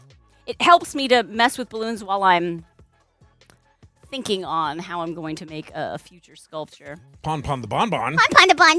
I love your username. It's great. I did. Yes, I did, Nikki. We were talking to Mur and Frog. We know. Mur.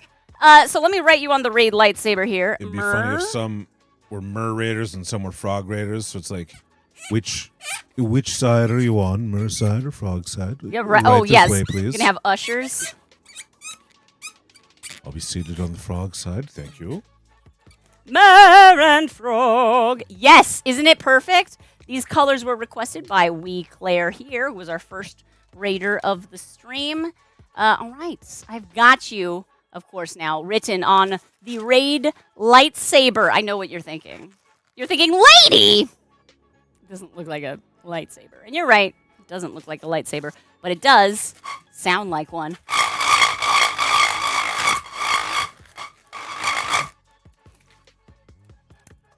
Yay! So yeah, friends, if you like fun couple streams that are art infused, which I have a feeling you do, perhaps you want to give a follow to our good friends Mur and Frog. You won't be disappointed. Oh, a 6-hour jigsaw. Oh, darn. What? That's a lot of jigsaw. That's a lot of jigsaw, Leafy. Oh, man, that's what I said when I got out of the Saw Marathon. I think that would have worked better if the movies weren't named Saw. Hello, Yeah. Dale. Oh, hello there! Croft Cosplay, hello! Welcome! How are you? Perfect timing, my friends. Let me come on in. Welcome. You have raided, or been raided into, a balloon art stream. Which is weird, right?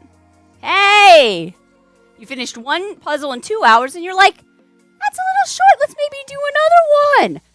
4 hours later. Hey, Squirrel. How you doing? Ooh, okay, so what makers and crafting. A fairy garden. Yay! Wonderful. I love that.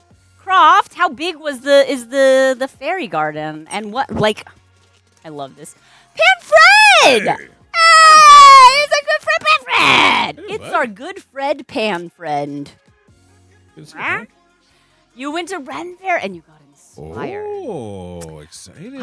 I used to do Ren Fairs all the time. Not all the time. Every year I would do like a Ren Fair season. And I miss that. Croft, which fair did you go to? Croft. Cosplays. There you are, written on the raid lightsaber. Thank you for raiding in here. It's a good size for a first fairy house. Oh, you went to the one in Irwindale. Great. That's the one I used to go. I have friends who used to like have like a, maybe they still do, like a little troop of sword fighters there. But like their group was very like you had to pick your character. You couldn't just make up a character that you were. No. You had to find like a historical record of a privateer that like existed at the same time as like the characters that they had picked. They were all nobles, you know. Anyway, still going on now until May 18th. Did you happen to watch any improv comedy while you were there? That said, Corona. Oh, were they Yeah. not at the Irwindale one?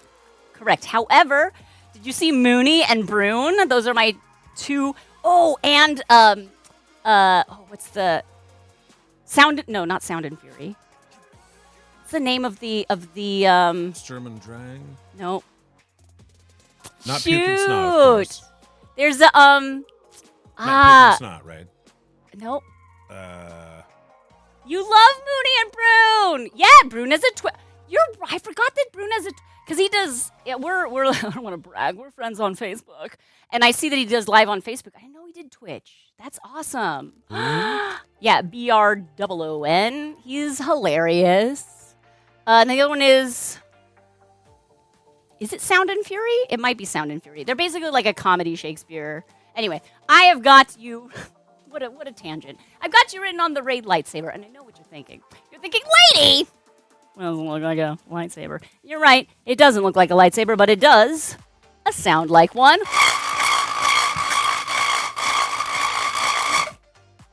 Yeah! Anyway. You're friends with Mooney on Facebook. Really? I love that! Oh my gosh! Clown circles! Yeah! You love the raid lightsaber. It's a small world, isn't it, friends? I feel like, fun people know fun people. Never gets old. I beg to differ. But no, I appreciate that. Thank you. Okay. Gonna move this open. Okay, mister. We're trying one of these. okay. These look to be chocolate and crispy rice. But since I can't read katakana anymore, I don't know. Yeah, I don't know how to find Brune on Twitch. Okay. Burn Frog, you gotta go. Absolutely. You've been puzzling for far too long. So, yeah, go decompress. Thank you so much for the raid. Mwah. Have a great rest of your week. Oh wait, Croft. What is his real name then? Yeah, if you want to give us his, if you Twitch, know, Twitch handle, yeah. his Twitch handle, we'll, I'm trying to dox him, shout just it out. trying to follow him and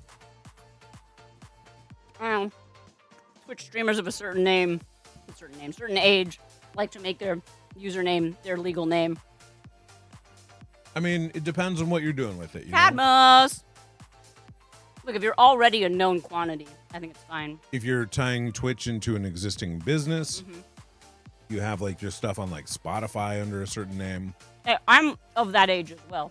Brian Howard Live. That's it. Thank you. Yeah, I'm like, I know his name because, again, it's his real name on Facebook, but I don't have it memorized. I just think Brune when I see him. Okay, here are the dogs we've made. First of all, okay, some of them are a little old, so they've like shriveled a bit. But we have a little beagle here. Oh, what a cutie little beagle. He's a bit old. And a basset hound. Notice that the snout is different on the basset hound than on the beagle. So different. We also made, let's see here. I made a blue heeler, like a real one, not like a bluey. Not like a real one, like a real dog. But unfortunately, his eye has deflated, but is a good boy. And then when we do our final one, I'm going to cover all of the blue part in the, that marker work I did right there. Very handsome boy. We also have a French bulldog. These are all rough drafts, by the way, because the plan is for me to make a YouTube video making different breeds of dogs. And so we're kind of like, we're in the, what's the name of this process? The Early stages, the drafting process, the concept phase, Yeah. the design phase. Yes. So there we The have it. drafting A little, phase. look at, I have a little curly tail. Oh my goodness, look at the curly tail. Prototyping Oh, I'm a phase. good doggy.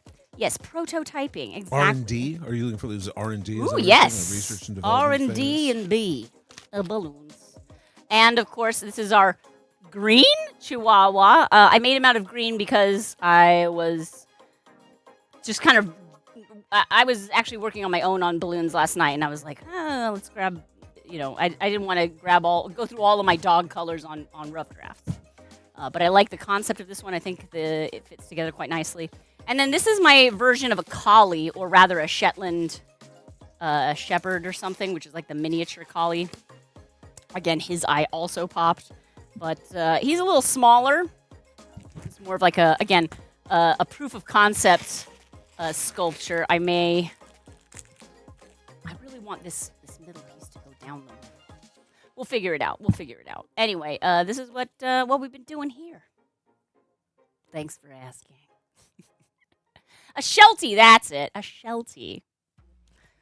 Brr. He looks like a good boy. Oh, he is. And we were also just kind of like jamming on a Saint Bernard. I think if the muzzle is this big, then the head needs to be bigger because, but again, proof of concept, right? Not the original final 10 thing. out of 10 would pet.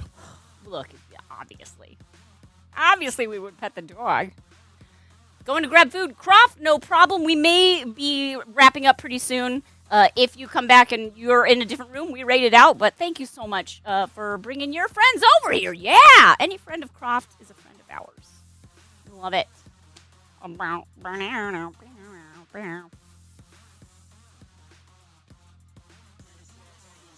Okay.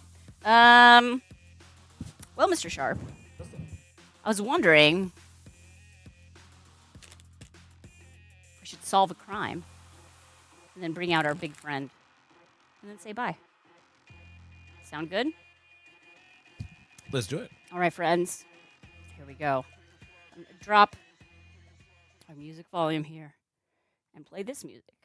This music means that it's time for a crime. Crime of the century has been committed. Don't worry, chicken is on the case. I'm going to get my hair cut on Friday. It's getting so long now. Ugh, it's getting messy. All right, Mr. Sharp, a.k.a. Sergeant, don't look at the monitor, please. I shan't, but K-pop Scotty Dog is a good idea, too. They are distinctive-looking fellows. Yes, very much so. That is a good one. Let's write that one down. All right, let me pull up our chicken clues here. There it is. All right, friends. Window. Let's try this. There we go. Ooh, it's already been populated. So really don't look, Mr. Sharp. I'm not looking. But really don't look. I'm really not looking. All right, friends. I don't have a tab up. I can't. If you are new It's here, nothing. this is a fun little improv game my husband and I like to play called The Great Chicken Detective. These clues have been submitted by our loyal subscribers in our Discord server. Remember, if you are a subscriber, A, we are always looking to receive more crime tips, and B, subscriber gratitude is going to be tomorrow's stream. This is your very last chance to get your subscriber gratitude request in the Discord. Did you hear me? I'll repeat again. If you are a subscriber to SharpBalloons at this time on this day, hop into the Discord server, find that channel that says subgrat or subscriber gratitude, put in one image for your request. We'll spin the wheel and we'll make a balloon, and maybe it'll be yours, but it absolutely won't be yours if you don't request anything. So get in there now. All right, friends, these are the clues. This was the person who committed the crime, the place where the crime was committed. What? Good thing, Catmos! You found it! It was hidden. Yay! Oh, look at that! K-pop! Thank you so much, K-pop fan mom. Warner Child. Warner Child? Okay. So, obviously, you gotta join the Discord and make a subscriber gratitude request. You don't have to be present to win. I want to clarify that for some people. Some people are like, I don't want to watch every stream. It's okay. You just put in a request. We'll spin the wheel. We'll make it. We'll clip it. And you can see it. It'll be fun. Yeah, what a day to be alive. I like your attitude. And to Murren Frog as well. K-pop. Have you been canonized yet within our stream? Is that not a thing? Yay! Indy! That's okay, Indy. If you remember, you let me know. Yodels from before, yes. Okay, so person, place, and thing that was stolen from this location by this perpetrator. So these are the clues I must get the sergeant to guess. Now, of course, the chicken does not speak English, and the sergeant does not speak chicken.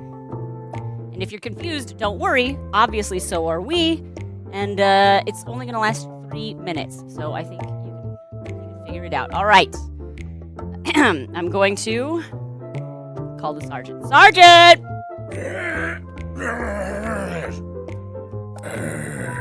Are you ready? Yeah, it's just taking a quick 10-minute nap. Oh! The 5th best kind of nap there is. 5th best? Yeah. What's the first? 8 hours sleep. That's not it. Is that okay? What's the second? Hour and a half to 2 hours. Within the window. What's the third? 25 minutes. And the fourth? The 4th would be like if you could do like a super beast, like a 4-hour, like a 3.5, 4-hour bit. And then the 5th best kind of nap is a 10-minute 10 nap, minute. huh? Quick Well, reset. you heard it here first, my friends. Top 5 naps. All right, here we go. I'm going to stop that music, and then we'll do our timed version of the song. I've got my my timer here. Let's clear it, and we'll do minute. Okay, we've got 3 minutes on the timer. Are you ready? Not a good nap. 3, 2, 1. We're looking for who? Okay. We got a little pet kitty. Sweater. Shirt. Your kitty shirt. A cat with a shirt. A shirt with cat hair. A cat that's on one of your shirts. Black. A black cat. Teeny tiny black cat. So is that teeny tiny black cat? Okay. But what? Where was it stolen from? We got like a sandwich there.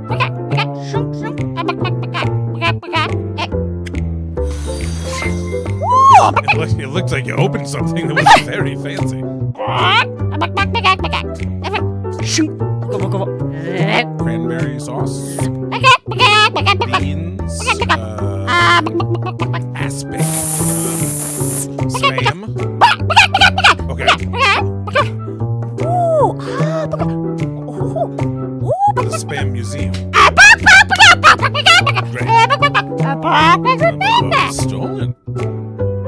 Go back in time.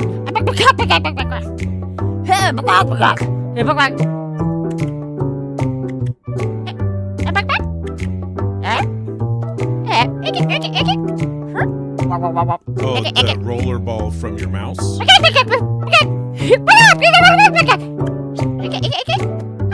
Roller ball from your mouse. The roller ball from your mouse. We had all three. A tiny black kitten. And the place, it was the Spam Museum. Which I believe that's a real place, right? And finally, the thing that was stolen, it was the roller ball from like an old school roller mouse. Wait. Wogga wogga wogga. Like a big ball. Ergonomic. Like an ergonomic mouse. Sounds like race. Sprints. Race sprint. Track and field. Track ball mouse. The ball from a track ball mouse. That's how criminal justice functions in this country. We did it! And there's nothing broken about that. Perfect! Well, this is why our services are so highly valued by the Los Angeles Police Department. Yeah. We solve crimes, people. Yeah. Crimes of the century. Okay, but enough of that. I do think it's time to bring in our special guest to greet and say farewell to our fine friends. But it has been so great, friends. But K-pop gifted a couple subs in there. And yeah, no, we talked about that when we were doing the subscriber gratitude. I love that, giving those people a chance to submit subscriber gratitude requests for the month. We love it. Thank you, Richie. Richie saying, well done, Sergeant. And Detective Chicken. You got it. Shadows up. That's basically what it feels like I'm doing during Chicken Detective. Oh, that was, thank you, by the way, Cadmus, for, I was thinking like the old school mouse where the ball's inside, but you're talking about like the track ball where it's on the top, right? Is that, I guess it doesn't even matter if I'm conceiving of it properly as long as he said the words, right? I don't know much about tech. Don't know much technology. The tiny kitten stealing the ball from a track ball is kind of on point. You know, I feel it. All right, friends. Thank you so much again for hanging out with us. We do have time for one more special event for you. Again, it is the best part of the stream, so, you know, you're really here at a good time. Let me make sure I can put this here so you can get a good second angle as well, because I know you like to see all of the angles. Friends, please put your paws together for the one, the only, Iggy.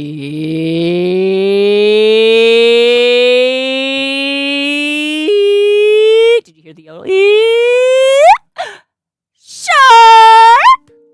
Oh, this is the wrong one. Sharp. There we go. Perfect. Yes. Oh, yeah. The little feet. Oh, yeah. Oh, yeah. What a big fat kitty cat. He's purring so good right now. What a yeah. Okay. Oh, yeah. Heavy, that's Iggy. Meow, friends. This is our cat Iggy. He is a big boy and a docile boy and a good boy. Squats with Iggy. You're so cruel. He's got a trick. Watch it. Lick your shoulder, Iggy. Lick your shoulder, Iggy. Everybody loves it when you la lick that shoulder, Iggy. Maybe we should have shoulder licks be a redeem. Shoulder licking. Now that's shoulder licking good. Would make pickled jelly beans a redeem. Oh no. No. Not a free one. Not a free one. Not like this. Here we go, friends. Squats. 1, 2, 3, 4, and 5. She's here for the pickled jelly beans. 6, 7, 8. Yeah, she's very fluffy. Beans. 9. And 10. We're just going to hold you down there, Iggy. Wait, hang on. We'll do a nice deep squat. Iggy! The thing about him is he's not just big, he's also very sweet and also just very permissive. He loves me. He loves me and he lets me do whatever I want. That's not true. Okay, Iggy. I love you, big boy. But, like, dancing around with you literally gets me out of breath, which is maybe more a comment on my out-of-shapeness than it is any sort of a commentary on your bulk. Perhaps a little of both, Iggy. Perhaps a little of both. Wow, he says. All right. Whew! He is so cute. Annie, thank you. Yeah, exactly. Iggy's like, huh? What are we doing? What's up? Did I miss something? What's going on? My phone is just like up here.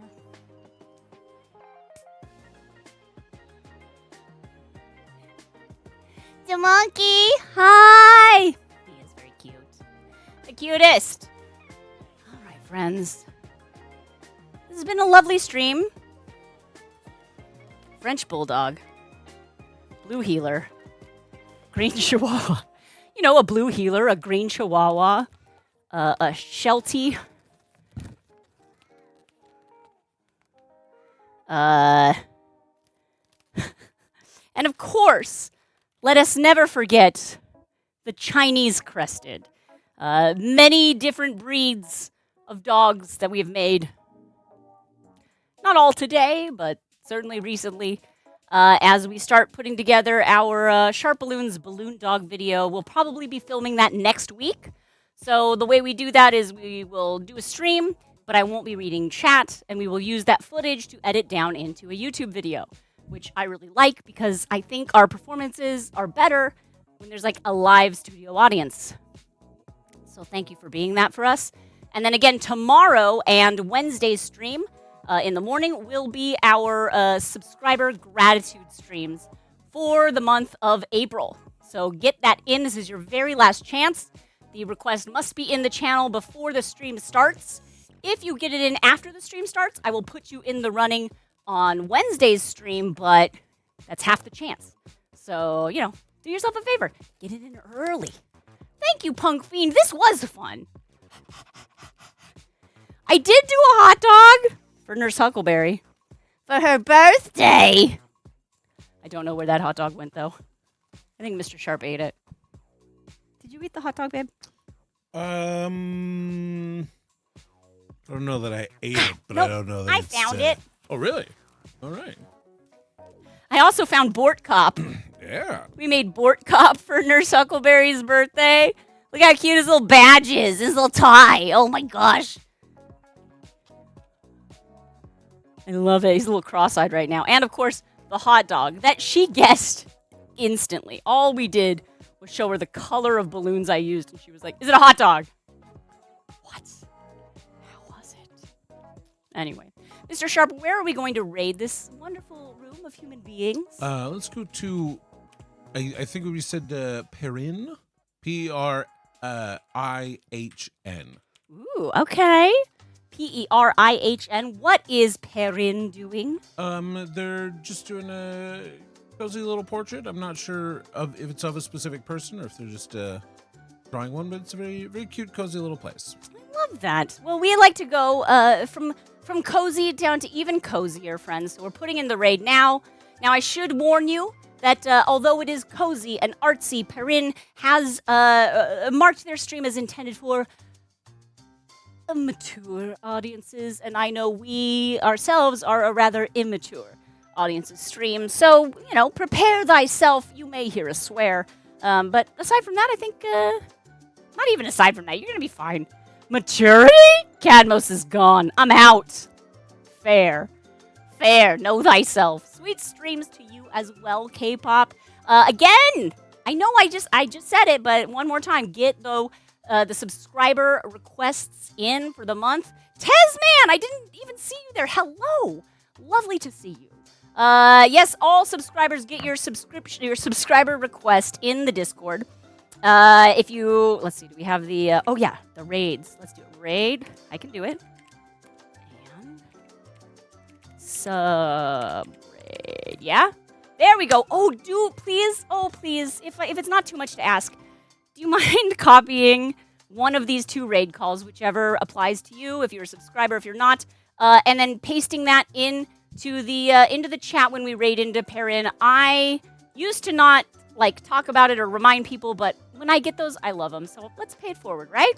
Thank you, everybody. We'll see you tomorrow morning, 10 a.m. Pacific time for subscriber gratitude. I hope you win. You're my favorite. Okay, bye, everybody. Bye. Go say hi to Perrin.